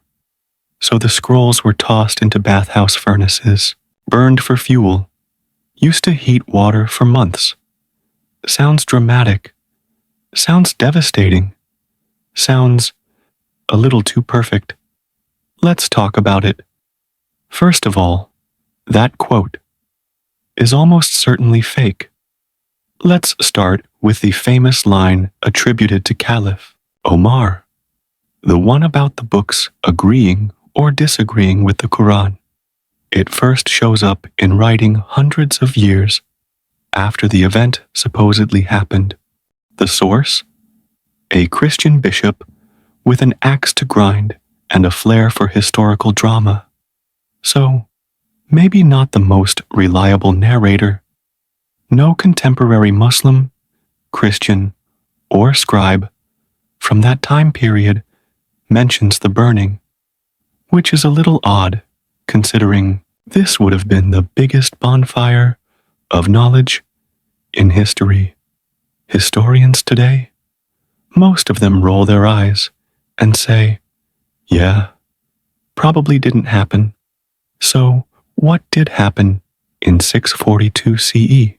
Muslim armies, led by Amr ibn al-As, conquered Egypt, including Alexandria. And yes, they took over a city that had once been the beating heart of global scholarship. But by then, the great library was already long gone, burned, looted, earthquaked, eaten by time, neglect, and religious purges from earlier centuries. Whatever remained was either scraps in private homes or faded scrolls in forgotten storage rooms. In other words, there wasn't much left to burn. So where did this myth come from?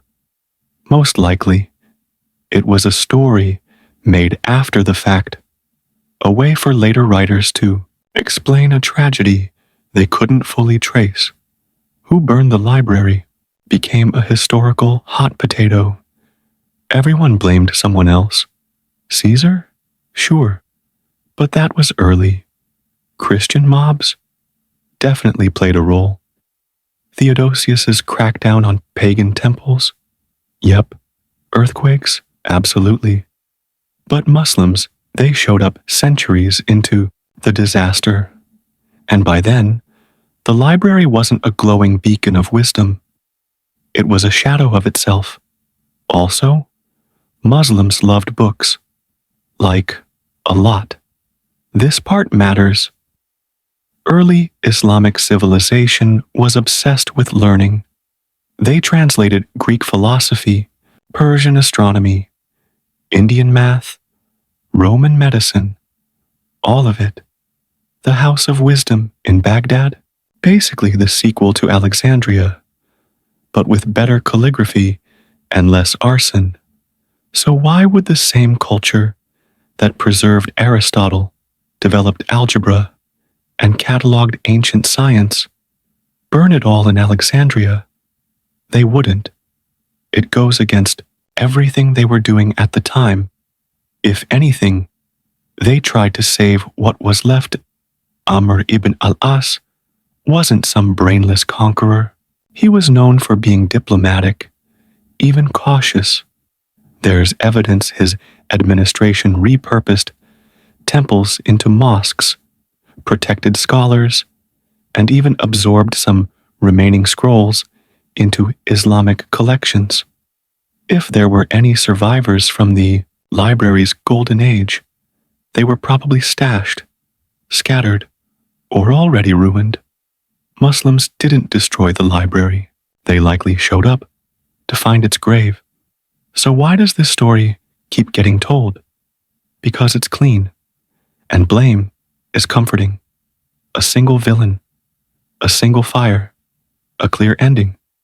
It's easier than facing the messier truth. The Library of Alexandria wasn't lost in one night. It died slowly through carelessness, politics, ego, religious extremism, nature and time.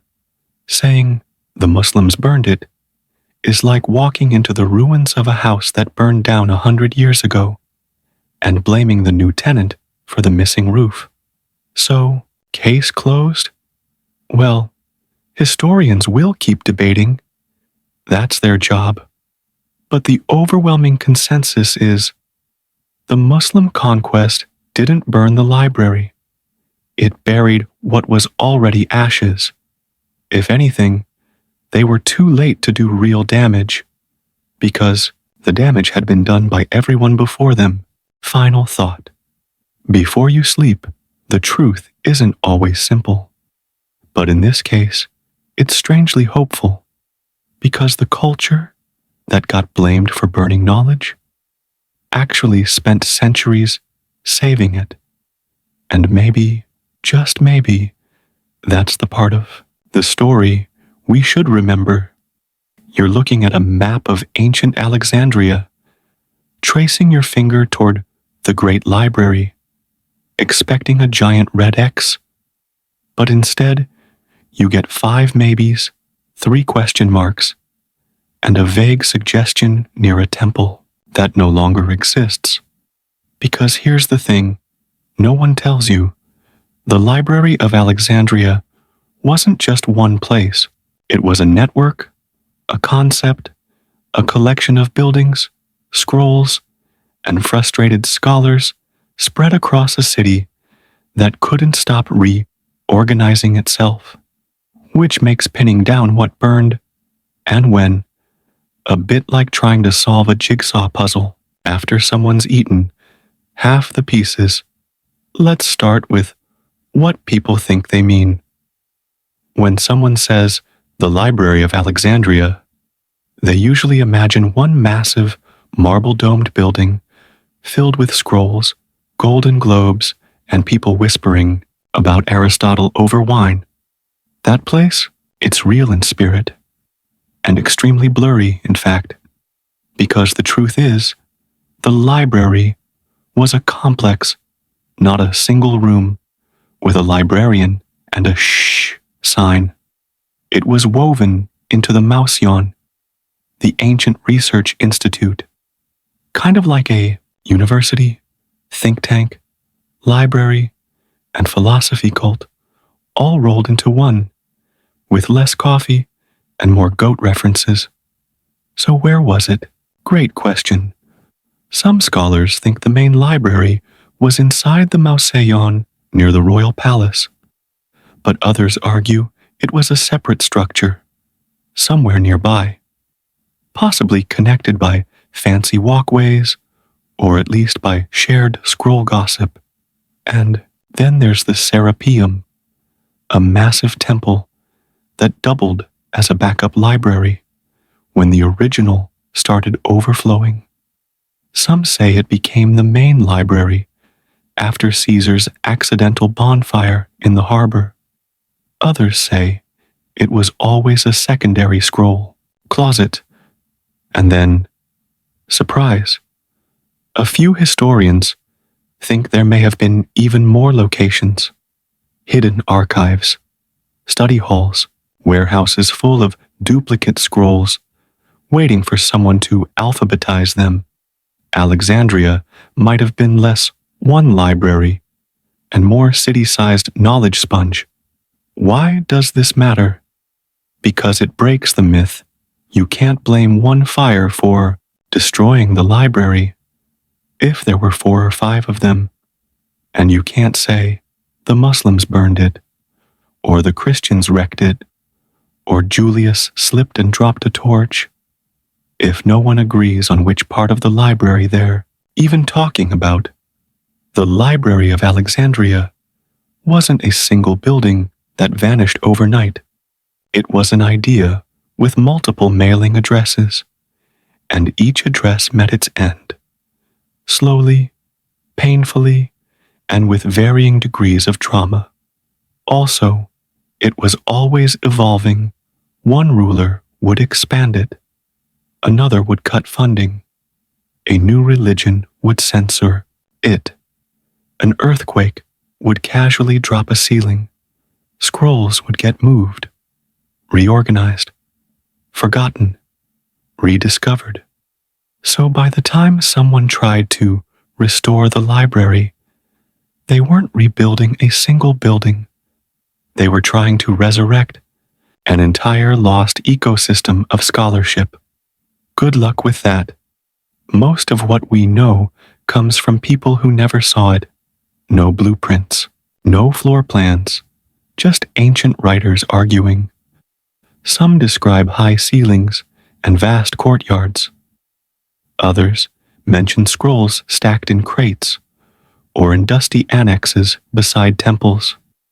A few even wrote about their visits, but somehow didn't include a map, a sketch, or any helpful directions.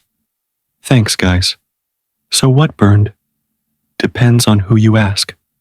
Caesar's fire in 48 BCE, maybe the warehouse by the harbor, Christian mob in 391 CE, likely the Serapeum, later earthquakes, probably anything still standing, time, neglect, and humidity. The rest. It wasn't one catastrophe. It was a slow-motion collapse across centuries, hitting different locations like dominoes falling across a sand-covered city. And that's why it hurts more. Because the tragedy wasn't a single explosion. It was a long, slow forgetting. One scroll lost to fire, another to mold, another tossed aside because a new emperor decided Plato was overrated. The idea of a single, central library burning in one final act. That's dramatic, but the reality that it was everywhere, and vanished piece by piece.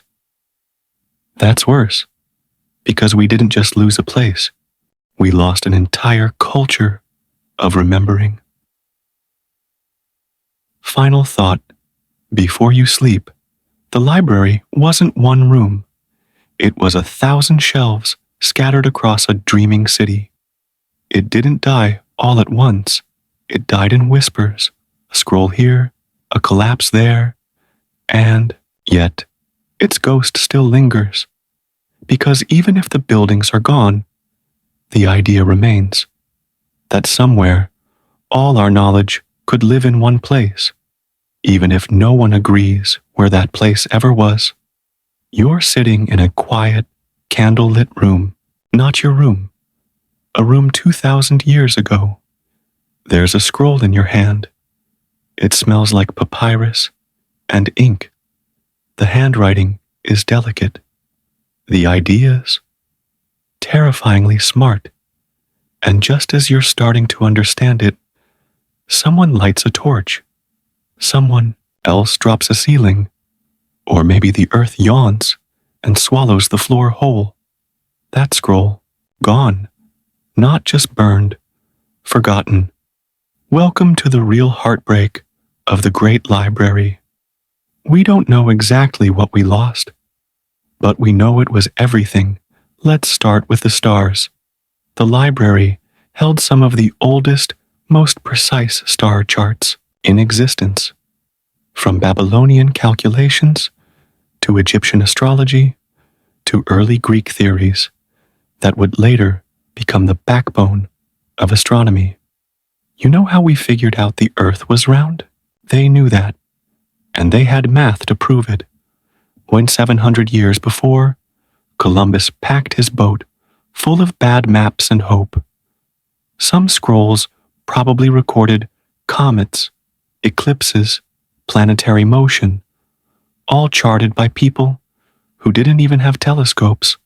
All of that drifted into smoke. You like poetry?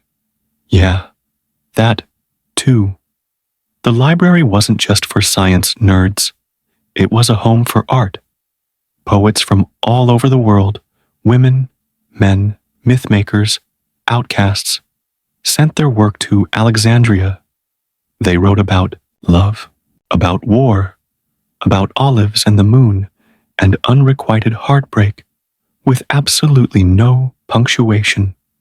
We have fragments, lines, scraps, but entire bodies of work vanished.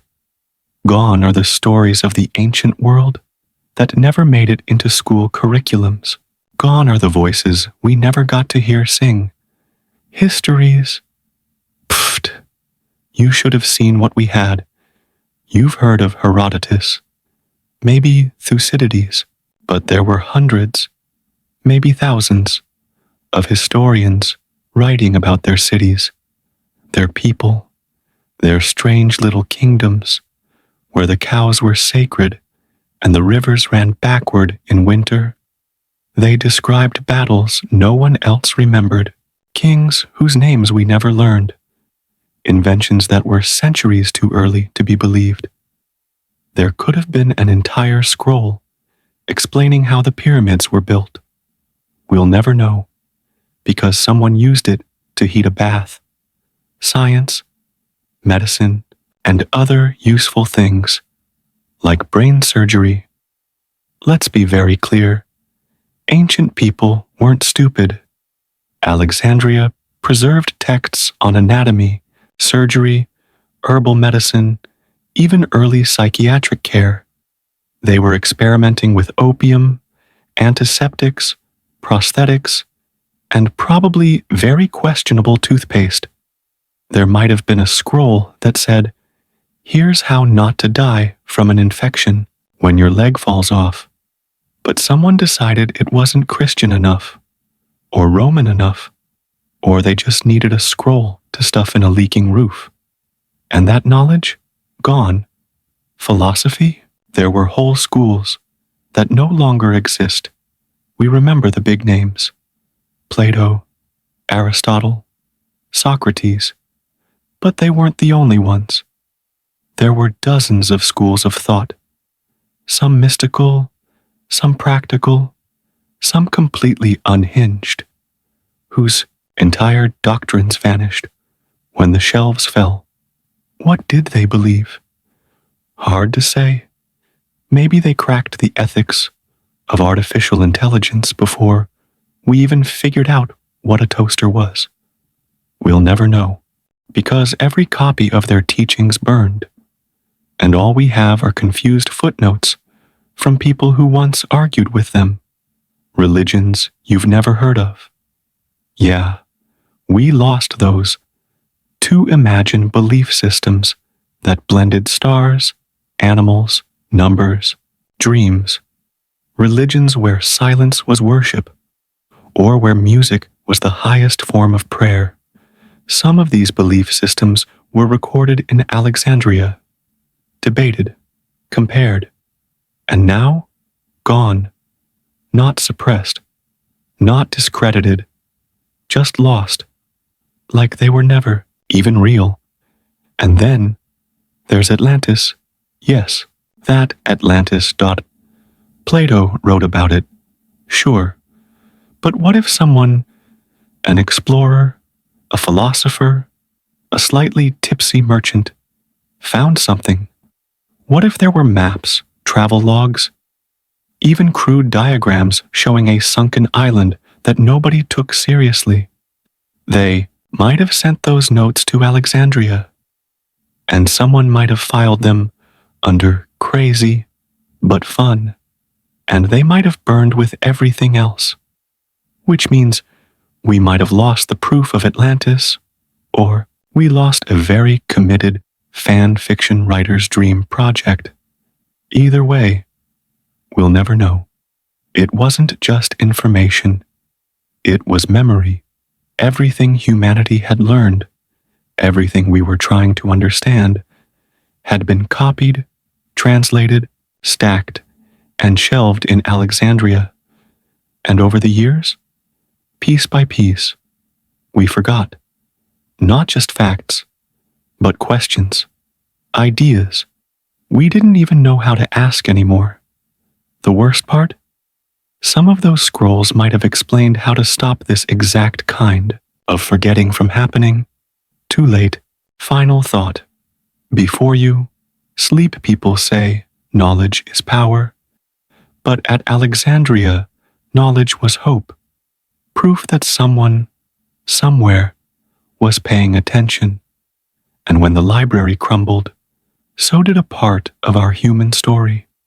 So sleep gently tonight, knowing this: we don't have their maps, but we still have their stars. And maybe, just maybe, we'll find our way back. You're trying to read by candlelight. The wax is melting. Your fingers are smudged with ink, and the papyrus in your lap, extremely flammable. Behind you, a scholar sneezes too close to a torch. To your left, someone's boiling water for medicinal wine. Next to a stack of scrolls that definitely smell like dry hay. And you start to realize something. The great library wasn't just a beacon of knowledge. It was basically a bonfire waiting for an excuse. Let's talk materials. What were these scrolls made of? Not fireproof, that's for sure.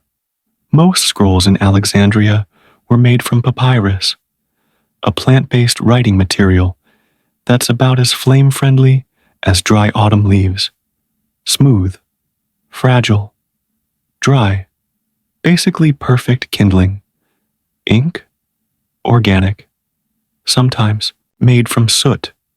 Bindings, often cloth or leather. Shelves, wood. In short, the whole system was less a library and more a beautifully arranged fire hazard. Lighting? No electricity. Just danger. There were no LEDs. No soft glow desk lamps. If you wanted light, you used oil lamps with open flames inside stone buildings, surrounded by scrolls. Oh, and ventilation, not really a thing. So what you got was a warm, smoky, dry room filled with gasping scribes, unstable lamps, and walls lined with centuries of highly flammable history. The copyists, tired, clumsy, and flammable scrolls, didn't write themselves. Copyists, those underpaid, overworked heroes, spent hours hunched over wooden desks, squinting at ancient handwriting and muttering about poor punctuation. Sometimes they wore wool. Sometimes they used wax tablets.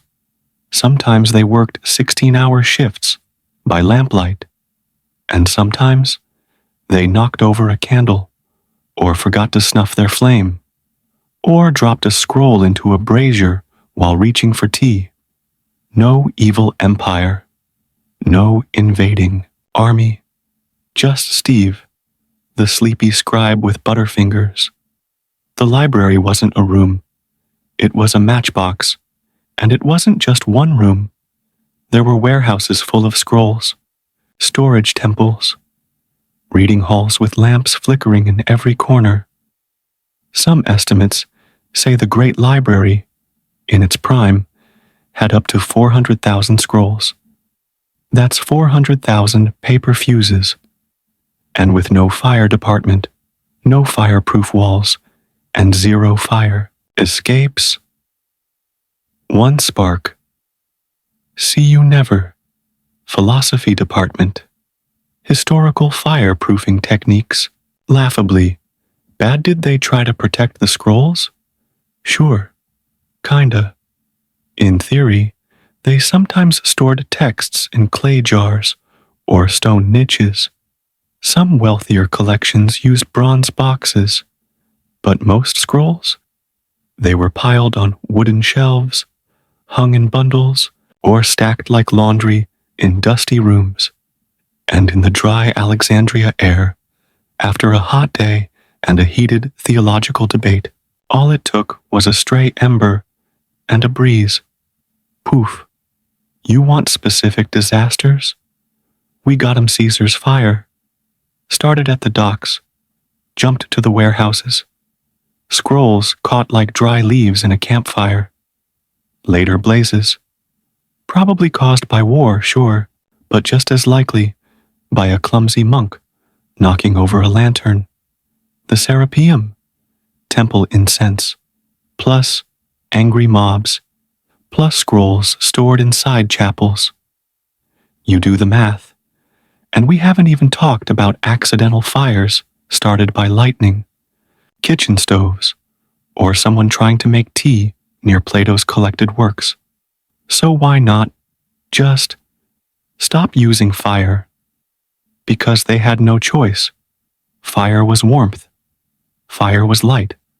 Fire was ritual. And fire was dangerously normal. Nobody walked into the library thinking, maybe we should invent flame-retardant papyrus.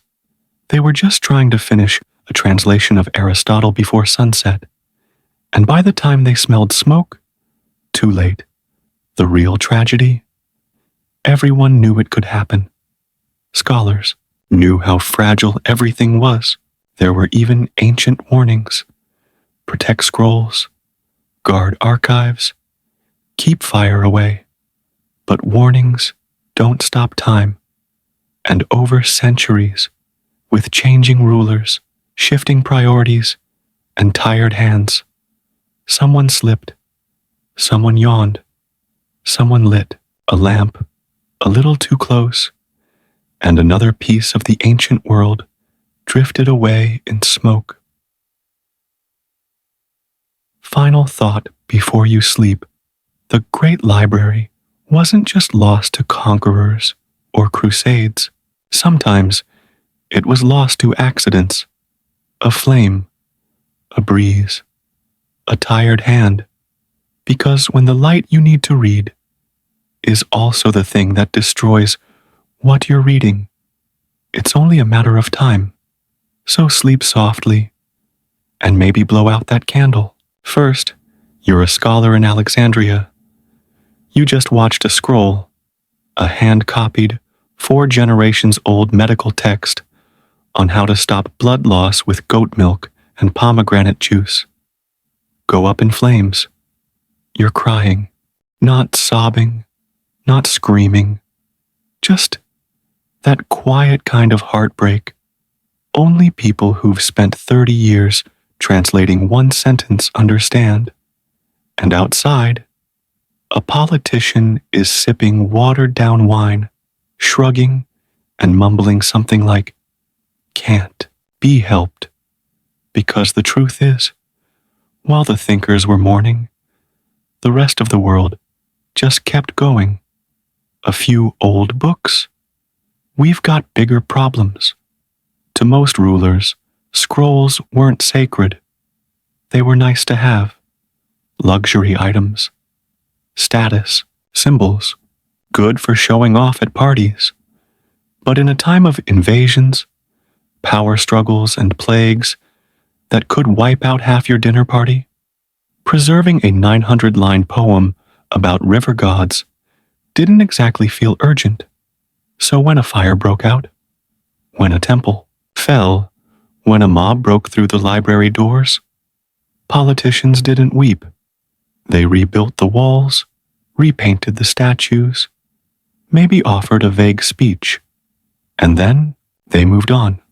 Scholars, on the other hand, were having a full existential breakdown, because for them, those scrolls weren't just information.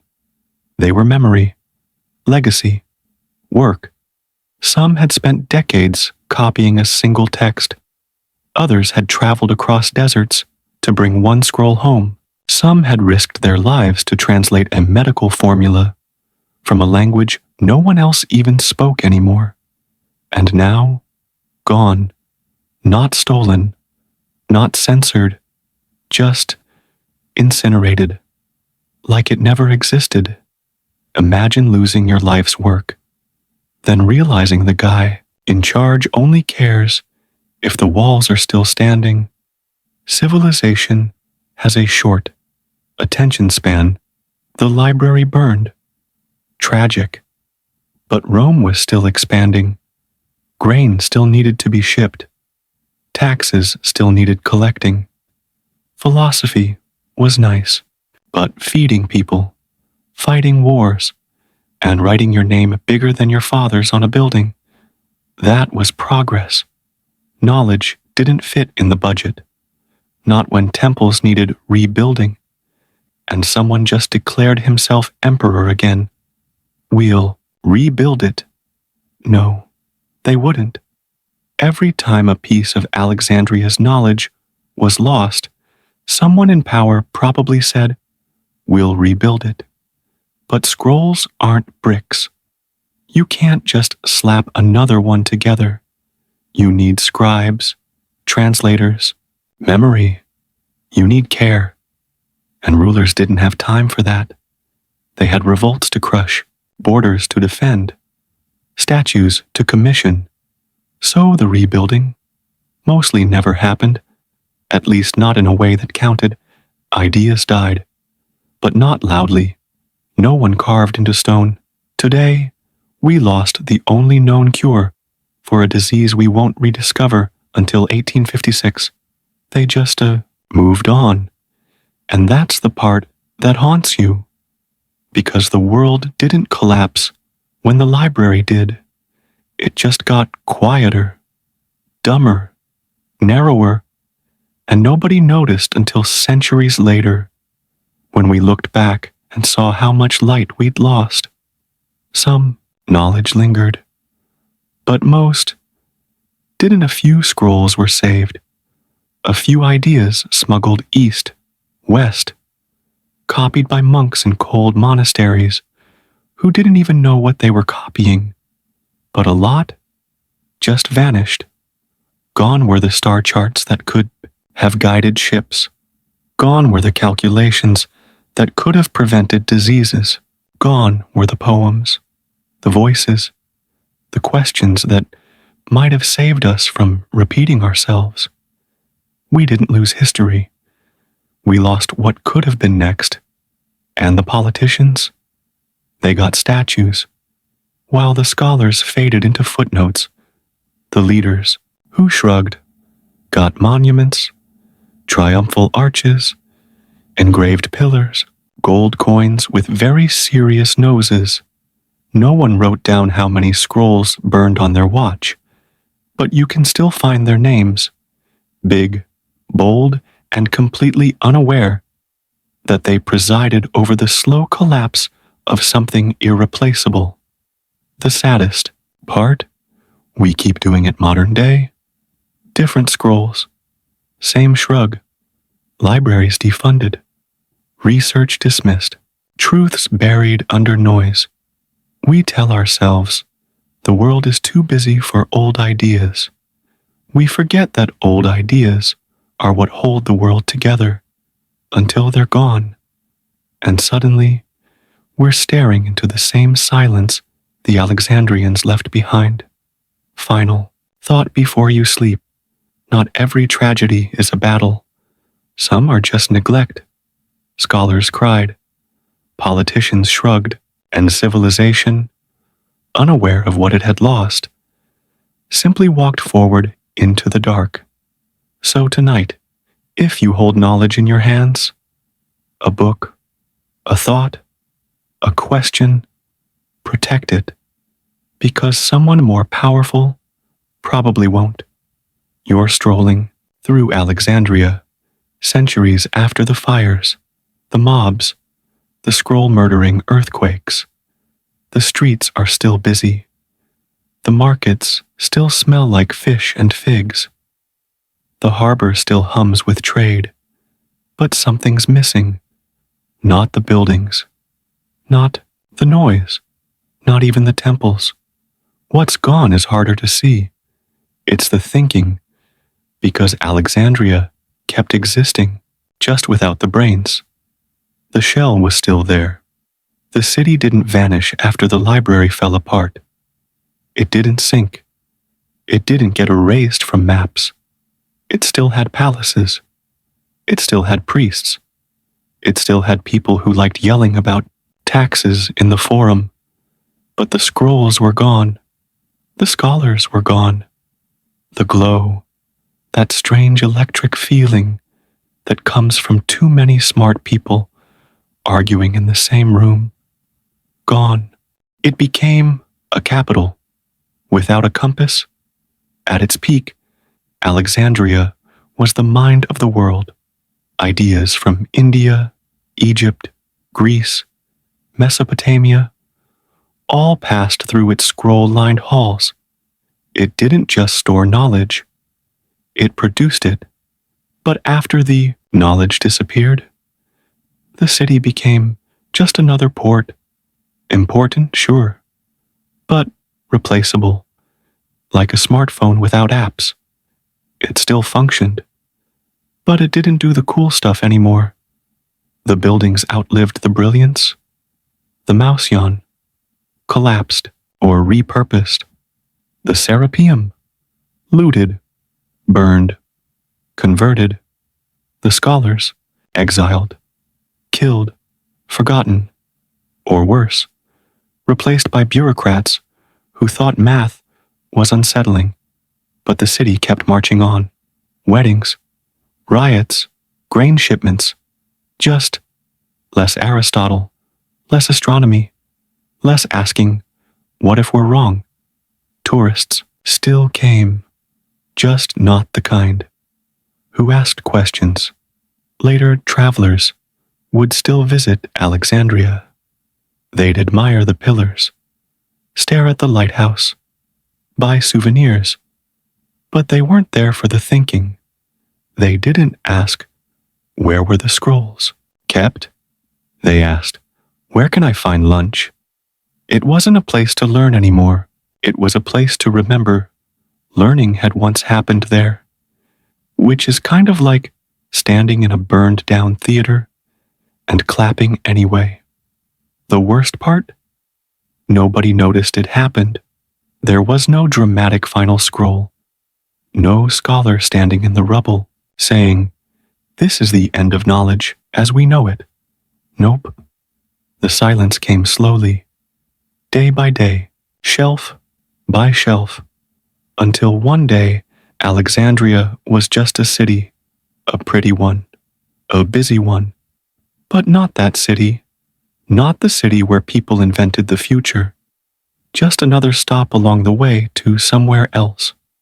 Some people tried to bring the magic back later, rulers, Muslims, Christians, Byzantines. They all tried, in their own way.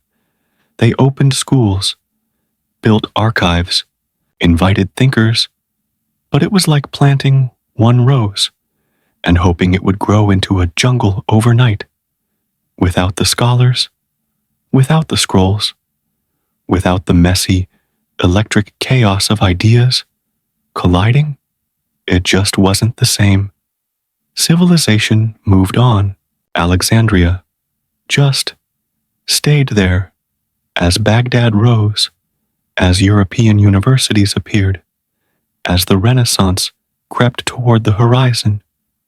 Alexandria watched, not in bitterness, not even in confusion, just in stillness.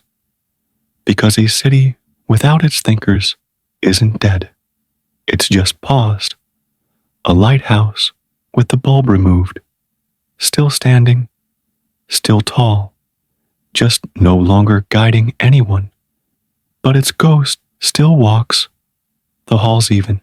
Now, when you visit the ruins, you can feel it.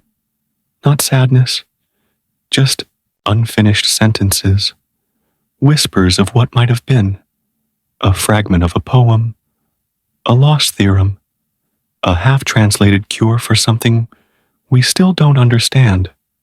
The brains may be gone, but the questions still echo in the walls.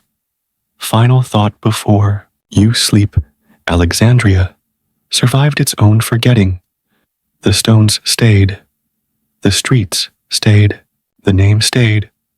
But names aren't enough, because what matters most in a city isn't how long it stands. It's what it thinks about while it's standing. And for a brief, blinding moment, Alexandria thought about everything. Then it stopped. So sleep gently tonight, and maybe dream of a place where thought still matters more than walls. You're sitting in a modern university lecture hall. The chairs are plastic, the coffee's bad, and the professor is waving their arms and saying something like, "Caesar started it." From the back, someone coughs. Actually, it was the Christians. Then another voice. It was the Muslims. Then someone near the window, sipping a lukewarm latte, mutters, "Technically, it was the termites." Welcome to the most ancient debate that still won't shut up. What actually happened to the Library of Alexandria? And the answer is, nobody knows. But that doesn't stop us from yelling about it. Everyone wants a villain, preferably a famous one. If you've got an enemy you don't like, boom, just say they burned the library. Romans? Blame Caesar. Christians? Blame Theophilus and the mob. Muslims? Blame Caliph Omar. Climate change? Let's not, but give it a few more years, and someone will try. Because the library's destruction is history's favorite blank canvas for outrage. It's too big, too tragic, too mysterious. And mystery? It makes people invent answers. The one big fire. Theory, very cinematic, very wrong. People love the idea of a single apocalyptic event. One night, one spark, one poet screaming, "No!" as scrolls fall like flaming snow. But in reality, it was probably a long, slow train wreck. A mix of fire, politics, earthquakes, religious violence, budget cuts, and good old-fashioned human laziness. Kind of like if your house burned down but over 300 years and everyone blamed the last guy. To light a candle, Caesar's fire, 48 BCE. The accidental arsonist. Yes, Julius Caesar did start a fire during his siege of Alexandria. Yes, the docks burned. Yes, storage buildings full of scrolls likely caught flame. Yes, he probably didn't lose sleep over it. But was it the fire? Unclear. Some historians think it was just the scroll warehouse. Others say the main library was untouched. Some say it sparked the slow unraveling. So, definitely maybe the Christian mob. 391 CE. Theology meets torchlight. When Emperor Theodosius banned pagan worship, the Serapeum, the backup library, became a target. Christians tore down statues, burned what they found, declared anything pagan as dangerous, heretical, or just tacky. Were there scrolls inside? Maybe. Was it a deliberate attempt to erase knowledge? Maybe not. But when the smoke cleared, another chunk of Alexandria's mind was missing. The Muslim conquest, 642 CE. The bathhouse allegation. This one's juicy. The story goes that Caliph Omar ordered the remaining scrolls burned to heat the city's bathhouses, because anything not in the Quran was either redundant or forbidden. The problem, that story shows up centuries later, written by people with an agenda, and most historians today, they call it a myth, a smear, a historical fan fiction. By the time the Muslims arrived, the library was already a ghost. Don't forget nature. It was also a jerk. Alexandria got hit with earthquakes, floods, soil erosion, and a location that was basically saying, please knock me over. Scrolls don't do well with water, or shaking, or sand. So even without mobs or generals or holy men, time itself was slowly erasing the ink. And then there's bureaucracy, the silent killer. One ruler disbanded the scholars. Another cut the budget. Another moved the scrolls to a temple that got looted 3 decades later. There wasn't a final villain. There were dozens of them, each one just a little too careless, a little too busy, a little too eager to say, we'll fix it later. Spoiler, they didn't. Modern scholars still can't agree, you'd think. With satellites and degrees and fancy archives, we'd have a consensus. Nope, they argue at conferences. They publish conflicting books. They throw politely worded shade in footnotes. Some say the library died with Caesar. Some say it lived until the 7th century. Some say the scrolls were moved and lost in dozens of smaller tragedies. And all of them are probably a little bit right and a lot frustrated. And honestly, we're all arguing about a symbol, because the Library of Alexandria wasn't just a place. It was an idea of human knowledge in one spot, of curiosity without borders, of thought being more powerful than fire, and when something that big disappears, people will always want to know who to blame, even if the answer is just us. Final thought. Before you sleep, the library didn't die once. It died in chapters, burned, buried, banned, and forgotten. And now we argue, we guess, we mourn, because even if we never agree on how it ended, we all feel what was lost. So rest tonight, not with answers, but with the questions, because that's the most ancient tradition of all. You're standing in Alexandria, not during the glory days, but sometime after the scrolls stopped arriving, after the scholars stopped writing, after the last fragile stack of knowledge went up in smoke or dust or silence. The buildings are still there, sort of, but the soul of the city, it's missing, and even if no one says it out loud, everyone feels it, because when the greatest library in the world disappears, it's not just books that burn. Something deeper goes with it. It wasn't just a place. It was a promise. The Library of Alexandria stood for something ridiculous and beautiful, that everything, every poem, every theory, every language, every question could live in one place. It was the idea that knowledge wasn't just power, it was worth collecting, protecting, cherishing. And when that burned, so did the idea that humanity could actually be wise, not just clever, not just loud, but wise. Hope isn't always loud. Sometimes it's a shelf filled with scrolls, is quiet. It doesn't shout. It doesn't conquer.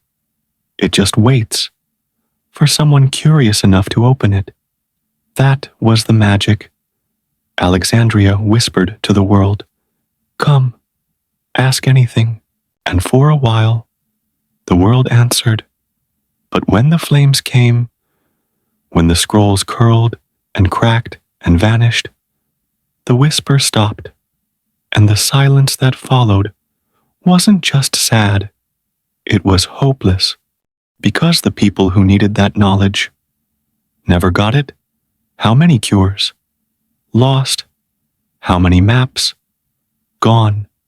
How many questions that might have stopped wars, or saved lives, or sparked new galaxies of thought?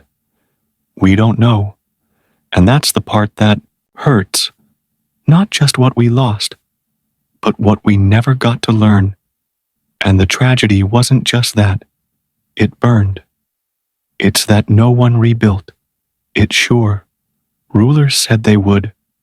They rebuilt the walls, repurposed the halls, made speeches with very official-sounding Latin. But the spark was gone. The scholars didn't return. The scrolls didn't grow back. And slowly, painfully, people stopped expecting them to. The world moved on, with less wonder, and no one seemed to notice.